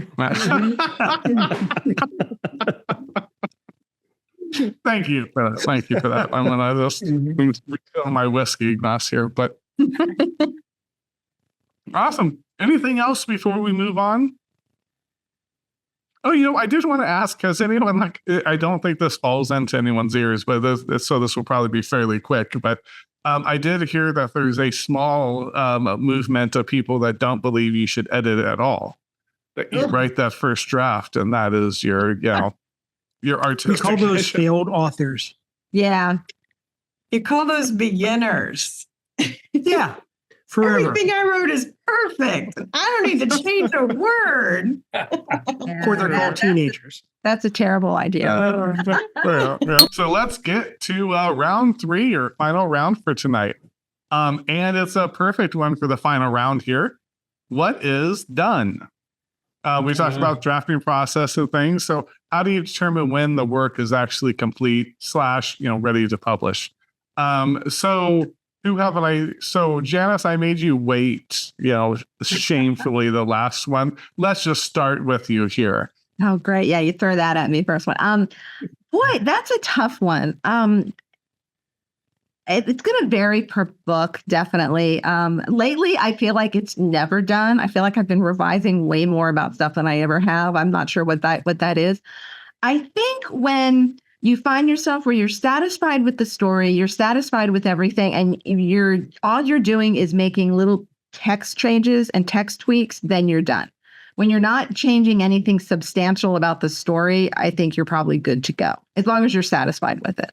And I think that's probably for me when I get to that point. If I still have those doubts going, something's not right, there's something that's bothering me, then I might still work with it. If I just have fears going, I'm not sure this is good enough, then it's like, okay, it's just self-doubts, let it go. Unless I can pinpoint specifically something that is bothering me, then that's. But yeah, I think when I'm just sick of working on it, I'm like, it's done. I'm out the door. Like, it's just... I'm sick of you. It's funny because I think of it sometimes like parenting, right? Like you're never really done, but with books, like you are, because it's published and it's insanity to keep kind of digging with it once it's out in the world. Yeah. But there is a bit of like, it's still your kid. Like, are you really done? Like, especially I have adult kids now. I'm waiting for the I'm done point, but apparently I'm still failing, somehow now, but. Also, Gabi, you want to take us from there? Sure. Well, I agree a lot with what Janice said. I think you have to I look at it like it's a piece of music almost in terms of flow. And I studied music first, really. So I kind of have, from when I was 7 years old, kind of an understanding of how a composition is supposed to proceed. So I try to kind of overlay that on what I'm working on. And like I said before, like I'll run it by people.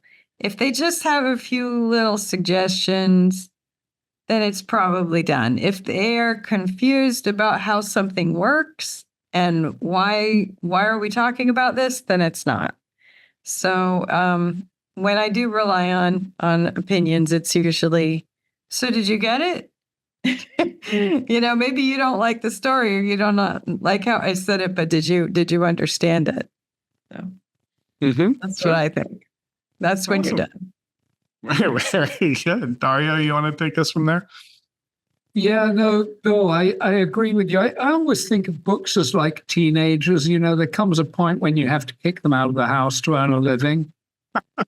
And what Janice said, unless you're a really heavyweight, serious literary writer where the prose is everything, when you get to the point where you're just tweaking a word here and there, yeah, you're probably done. And you're probably really sick of the thing anyway.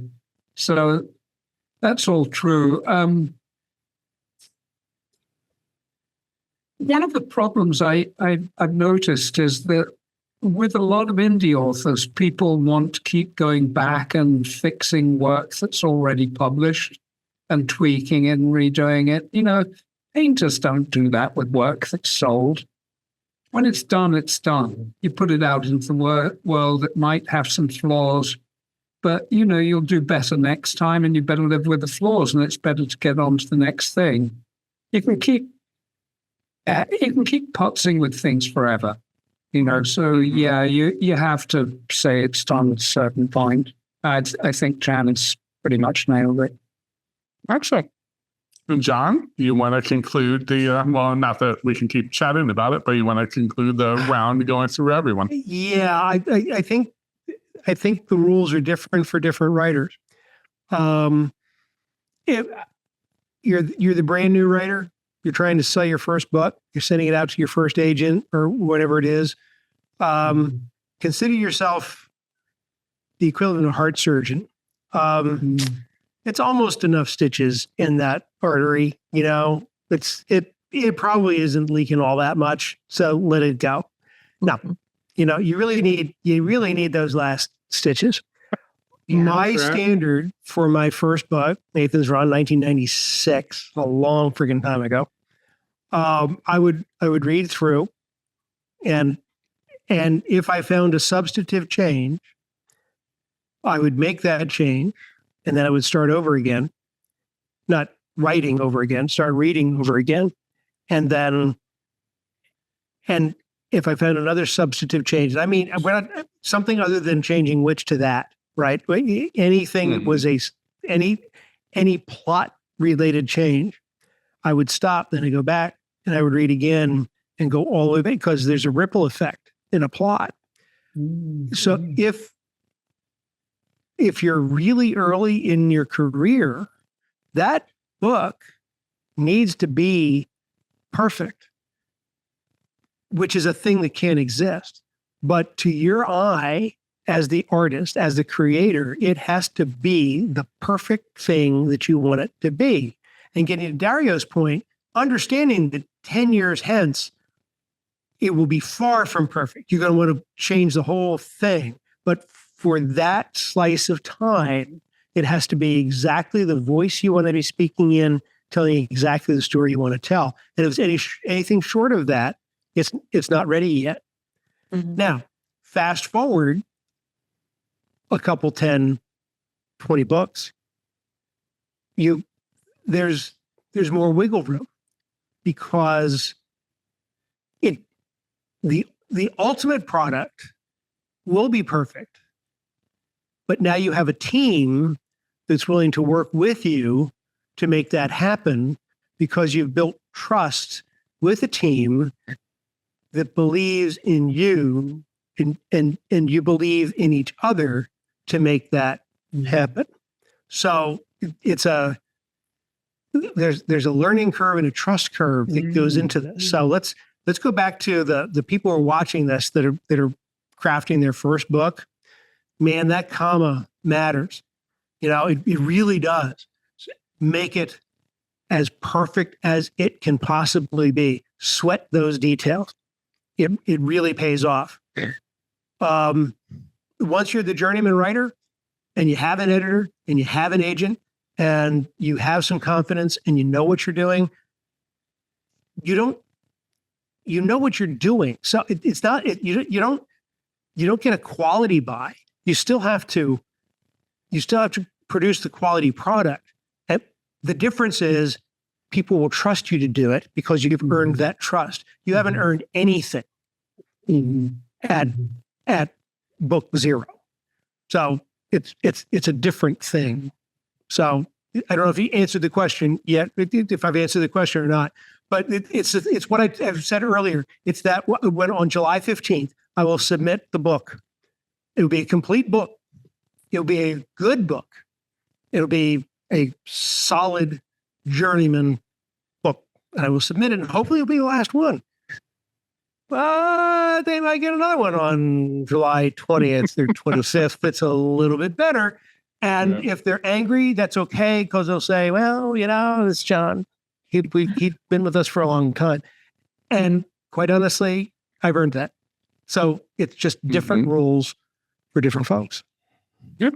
No, I think that's an excellent point. Where depending on where you are in a career, about how to go about it. Yeah. And your skill level and your confidence level and stuff too works in there. Because if you're unsure about something, it might not be done because you're unsure how to do something, or you're not sure if something's working, and you don't have anybody to get feedback. So it's much harder to tell if something is done because to you it looks fine, but you don't know. So yeah, it's definitely. Which then goes to the readers groups for new authors. They go really talented new authors. I mean, new, like brand spanking green, wet authors. They go and they hand them off to their friends who are less talented, but equally untried. And then they get feedback, and they end up letting these untried people break the back of really good fiction because they don't have the faith in their own stuff, which is the hazard of writing groups. Amen. And insecure artisty, authory people. It's so hard. It is. I was so fortunate to be an author in 1996 for the first time. I didn't know shit. I didn't know anybody. I was alone. There was no internet. I didn't, there was no resource at all. All I could do is count on me. Right. Yeah. I mean, that's an interesting point, because I don't know. I might be the lone wolf in this. I have no writers group. I might also be the lone wolf in the sense that my fiction gets categorized mostly as literary fiction, right? Like there's the journals, the short stories get published in, or literary little journals, things like that. But there is the bit of maybe because my formative years, right? I think what year 97 was the year I was supposed to graduate, high school. Was that I still kind of look at it very I did that on. I'm sorry, John. That was a dig. But yeah, no, there's the bit of the lone wolf aspect of it. Is that I'm going on this journey, and I go on that journey, myself, and then you bring it to people. Dario, I run everything through as it comes along, and and whoever else it might. I'm not so big on beta readers and the like, but it is each their own kind of thing. I think you have to really kind of figure out what works best for you. And there is hazards to everything you do. Right? So there's hazards to the fact that I don't have a writers group that I go do these things with. I think you try to mitigate against it. But back in my corporate career, if I was counseling someone on their career, one of the things, and I hear this is starting to get popular now as I'm phasing out of it, but one of the things I used to talk to people about is like, what are your strengths? Let's focus on your strengths, versus it was always like, what's your weakness? How do we improve your weakness? You might have a weakness that's just going to be your weakness, and you just want to mitigate against it, right? So I think of it like, okay, well, I don't run these things through everyone. I'm on this path. To me, it is a journey. I have my next book after the one I'm writing now will be a poetry book that I've been working on as kind of a side hustle here. But I try to mitigate against it, at the end as, okay, I've put this together and I'm very willing to edit and everything. Ken Liu, Dario, that you put me in contact with, Ken Liu was on. He goes, what's your strength? I know writers never like to talk about their strengths. What's your strength? Ken, I don't know what my strength is. I'll tell you though, what it is in life, my general strength is I'm just incorrigible. Like I will absolutely go through. I have like an utter willingness to suffer. Like I will just like believe I can just pound through. I don't just kind of like pound my head against the same wall. I will try to move through it, but I don't know that I'm so smart that I figure anything out. It's just that like, no, I just won't stop. Like I'm just going to keep going. And I think that, just figuring out what works for you and how do you mitigate against, if that works for you, the writing groups work for you, you have to figure out how to mitigate against getting bad advice potentially sometimes. That's true. What are you trying to say, Dario? Yeah, no, that's, gosh, you opened up a whole new thing there. But, John brought up a good point, which I was thinking of before. I have this stock answer to writing questions on social media, which is it depends. Mhm. And it depends whether you're indie or traditionally published, first of all. I mean, the book should equally be good to the best of your ability, but maybe where you close it off and say I'm done is going to be different. To what you just said, Bill, I've always admired you for, being that self-reliant and incorrigible and not relying on other people's inputs, not being, My wife doesn't. My wife being doesn't insecure. admire that. No, She's no, like, you could be a little more incorrigible, she tells me sometimes. I don't. Incorrigible is a dubious term, but no, I love that you do that, and I've lost my point now. But I think that's what it was. I don't think of you as a literary writer. You have a literary sensitivity to your writing, but there's always a through line that I don't associate with hardcore literary writing. It's more than character development and style and introspection. There's always a through line to your stories. So I think you're actually, you're not a genre writer because you don't belong to any genre, but you're not pure literary. You're a hybrid. I don't belong anywhere. This is what I was saying earlier. You don't belong anywhere. You define yourself, and I love that. And anybody who's read your work will see that. Awesome. Well, thank you for that. And as a West Virginia boy, I really can't take the compliment, so I'm going to say thank you for that. And we're going to move on because I don't know where to go.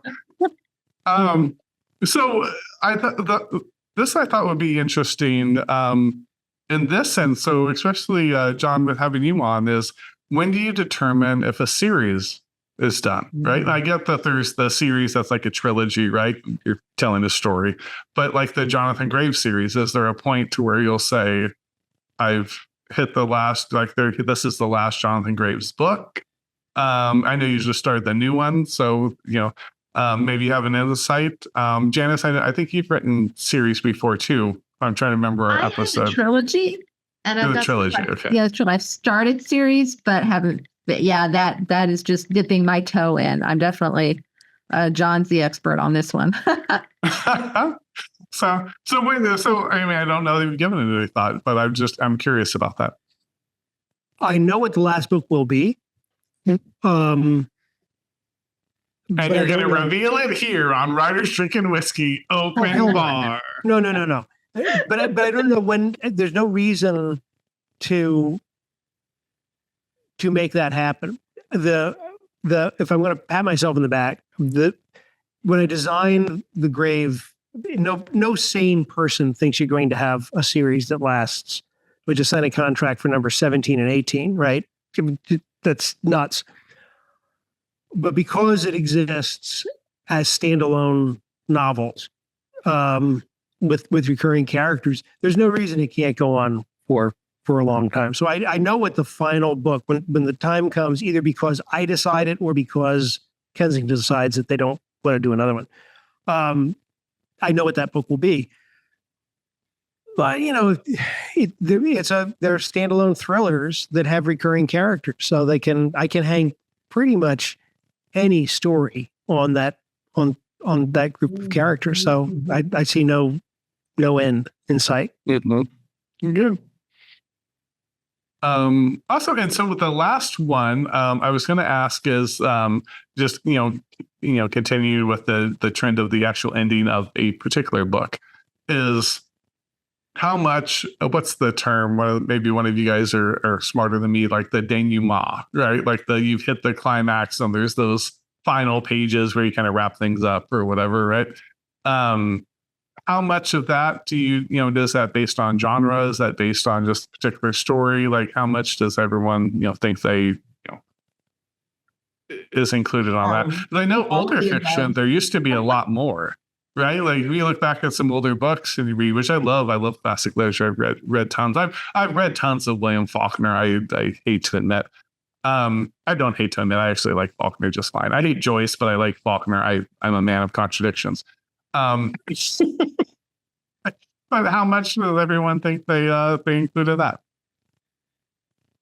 And anyone go, just I shoot think it in. depends on the book and the genre. And I'll steal Dario. It depends. It really it depends on a lot because it's how much do you need to wrap up? How much do readers want to know about? I mean, if you're writing something like a romance, once you get to the happily ever after, you may not need any more than that, or you might need just a tiny little epilogue where you see the birth of the first child or something, like whatever you've set up. Sure. Writing a thriller, John could answer that one. Once the thrill is done and they've fixed whatever it is, they've stopped the big bad, you might be done. With but if you've got something that's, maybe a more character driven or something, and you might need to do a little bit more because maybe there's more characters in the story, or solving the plot problem is good, but there's a lot of emotional things that need to be resolved at the end. So you might have a slightly longer, or there might be some subplots that you need to wrap up or something. So it really depends on what the story is, I think. Mm-hmm. Sure. I think that's really interesting the way you said that too, is there's a lot of times the climax, right, kind of resolves the plot stuff, but not necessarily all the emotional things. So sometimes you need that little bit of the tail there to the story to kind of wrap that up, satisfactory for the reader. Or even if it's a series or a trilogy or something like that, like the tail end, those wrap-up pages might be you revolve this book, but whatever happens in that little end might be like, your post-credit scenes that sets up the next book. You might have that at the end. Very good. Yeah. The post-credit scene. I'm always really torn on this kind of thing because there's so many approaches. I mean, it may be genre-based to some degree. But, first, Hitchcock said, leaving wanting more. I think it was Hitchcock. And I've had certainly, some reviewers on my two thrillers, especially the first one, who said, they wanted more. So I think that's good. I look at people like Stephen King. Stephen King often goes on for another 100 pages after the denouement climax. And I like that too. I like it. It's kind of aftercare for the reader, and that's okay. Sure. And then resolving subplots. Now, the client I'm working with at the moment said she really wants to know that she's wrapped every little subplot and every thread up in a tight little bow. When I used to be a decorative painter, there's a slight sidebar. Many years ago, one of the things I did a lot of was marbleizing, i.e. painting things to look like marble. And I always thought of whatever I was working on as a piece of marble cut from a larger slab. And it's kind of that way with story. Stories don't wrap up well. Real life doesn't wrap up in a nice bow. That may be more genre dependent again. But, some things left untied don't bother me much. I guess it depends on how invested you are in that subplot and its protagonists, its characters. I don't think there's a right way, basically. Mm-hmm. Absolutely. Gabi, John, you guys want to add anything? I just read a book where the ending is a mystery. You don't know what's happening. And there's, I'll give you the overview. The matriarch of a family is about to give away a very precious and valuable piece of land with some real estate on it to the church. because she has guilt issues from when she was young. She had a situation happen where she didn't behave very well, and she's regretted it ever since. And it's just been this heartbreaking problem that she's had. So the only way that she feels better is going to church. And because the church is not doing well financially, she thinks, well, this was worth nothing when we got it 50 years ago. I'm going to give it away. Now it's worth $3.5 million. But I'm not telling any of my adult children. And so two of the children do come to this beach house, and they do find out, and they do confront it. And the golden child, the youngest, the son, is on his way, and they're getting ready to confront her. And she goes off to mass, and she hears a familiar voice behind her that tells her it's time to go. Now, we don't know if she's dropping dead or if it's actually somebody in the church with her.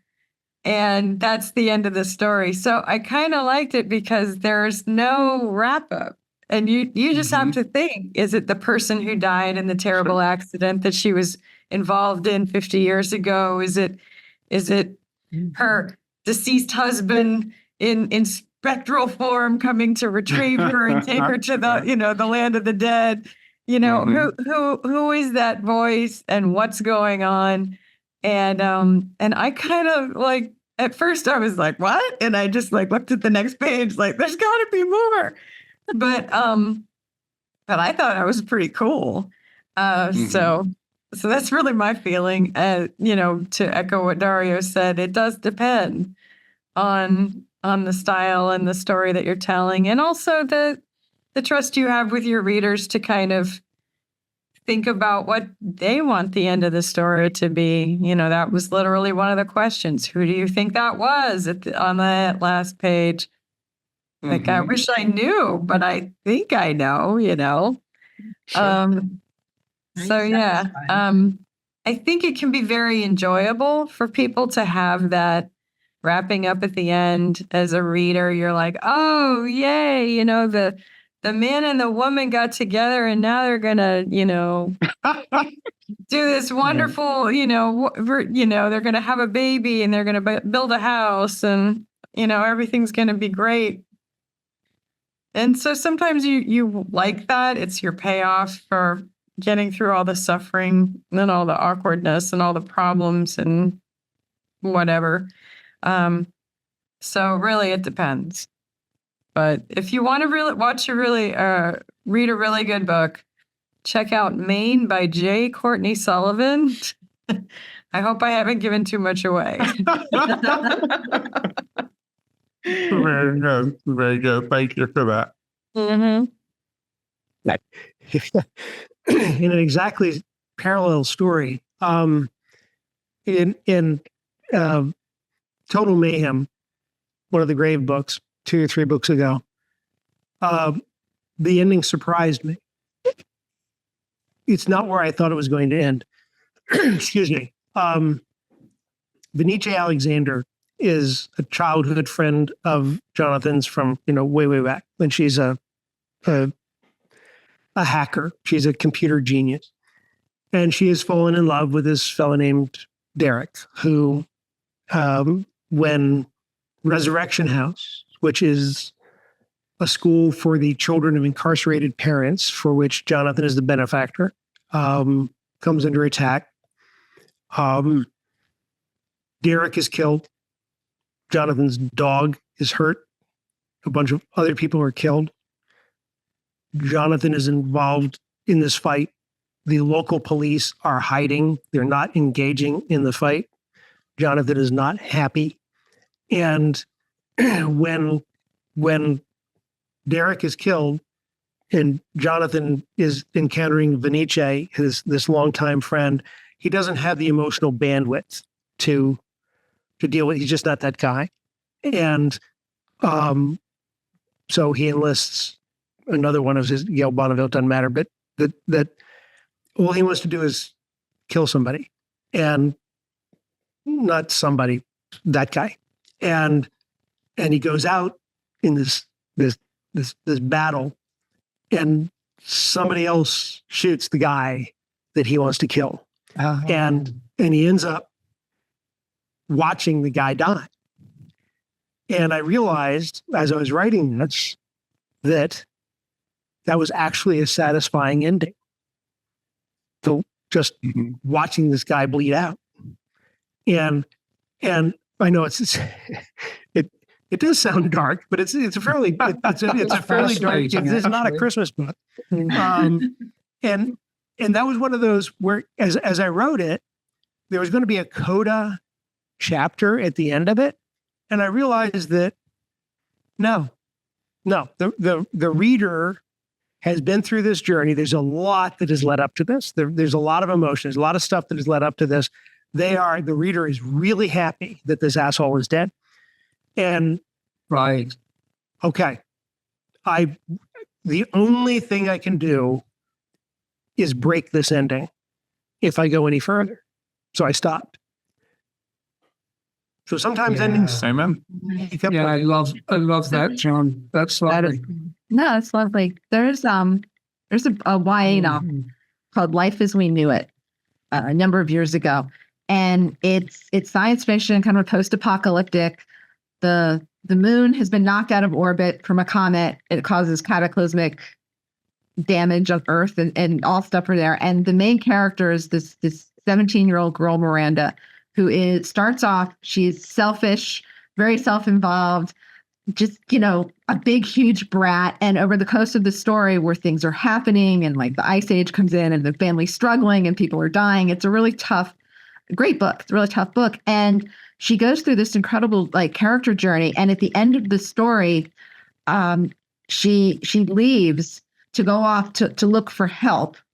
And what she's really doing is leaving because she knows if she leaves, her little sister and her mom will be able to survive another 3 weeks or 2 weeks or something without her there until they can because they know people are starting to come in and help. They just don't know if they're going to get to them in time. So she goes out to make this sacrifice. And I'm not going to say which way it goes, but she did I think it's Michelle Beth Pfeiffer, did an amazing job in writing this because the character transformation, Miranda went from this selfish kid to making this sacrifice to save her family. And if she lives, you're going to be thrilled because she lived and she deserves it. If she dies, you're not thrilled, you'll be sad.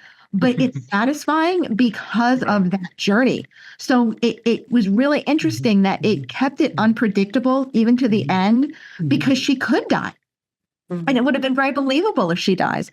And it still would have been satisfying. But if she lived, if she found help, it would have been believable. And it would have been satisfying because she found help. So it was really a genius way to do that. And it was fun that no matter which way that book ended, your reader was going to be satisfied, which was really masterfully done. Can I add something real quick here? Sure. Absolutely. Okay. The dog lives. Okay. Obviously, you can't kill a dog. No way. Well, okay. In this book, this is like the 14th or 15th in the series. I did shape Joe Dog is it's a Labrador Retriever. She's been in forever.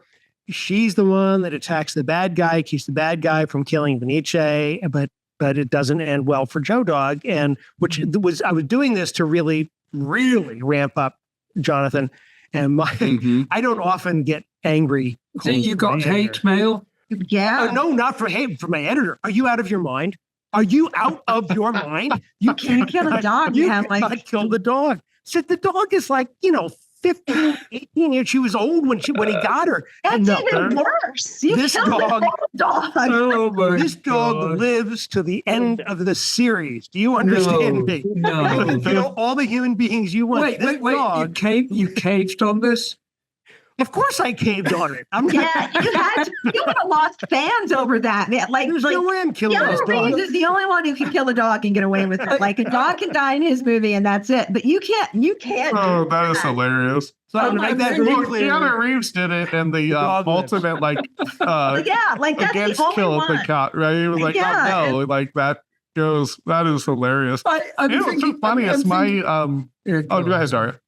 No, just made me think of Stephen King, who in his little book says, Cujo? you know, when I kill a dog, I get hate mail, and you know, I have to point out to the reader that the story isn't real, the dog isn't real, and no real dog ever died. It doesn't matter. Yeah, I killed off 18 times more humans than they switched. Because the humans, I had a friend she had a dog that she killed. It was a demon. It was a demon. It just happened to be in dog shape, you know. And her editor's like, you can't do it. And she's like, it's not a real dog. Oh, good grief! Like you can't do it. And she made her change. She's like, you can't. Oh, good grief. Like you can't kill a dog in Hawaii, you know. And it's I have no words. Back in 2000, I was writing a script for Warner Brothers for Young Men in Fire, the Norman MacLean book. And it wasn't that book. That's why I signed on, is because I wanted to do that book. They wanted to do something entirely different. So it was a disaster. But one of the ways, I was a firefighter for a long time. One of the ways that forest fires spread is by burning animals. It's kind of disgusting, but it's just, you know, they run across the fire lines and they spread. So I had this scene in the movie. No, they actually told me you can kill as many firefighters as you want. You can't kill any animals. If you show an animal in danger, you have to show them later safe and not hurt. Okay, this is where we are. This is one of the things that is wrong with fiction and wrong with film. I mean, someone should have told that to the old Yeller people, and the old Yeller where the red fin grows, like fern grows, like. Maybe we just don't build readers as strong as we used to. My take on this is, I just find this unbelievable. I find it unbelievable that we give in to these expectations, conventions, prejudices, fixed ideas. Art is fucking art. Do what you want to, and to hell with people who say you can't. It'll make the story stronger. And by the way, John, I understand why you have to give in on that one. You got to sell the book, and you've got to get paid at the end of it. But God, I think this is just so wrong. I am so behind the artistic intent.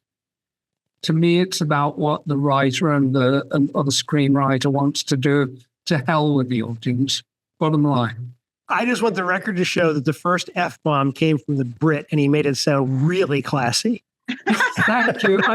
Thank you, John. I'll take a bow on that.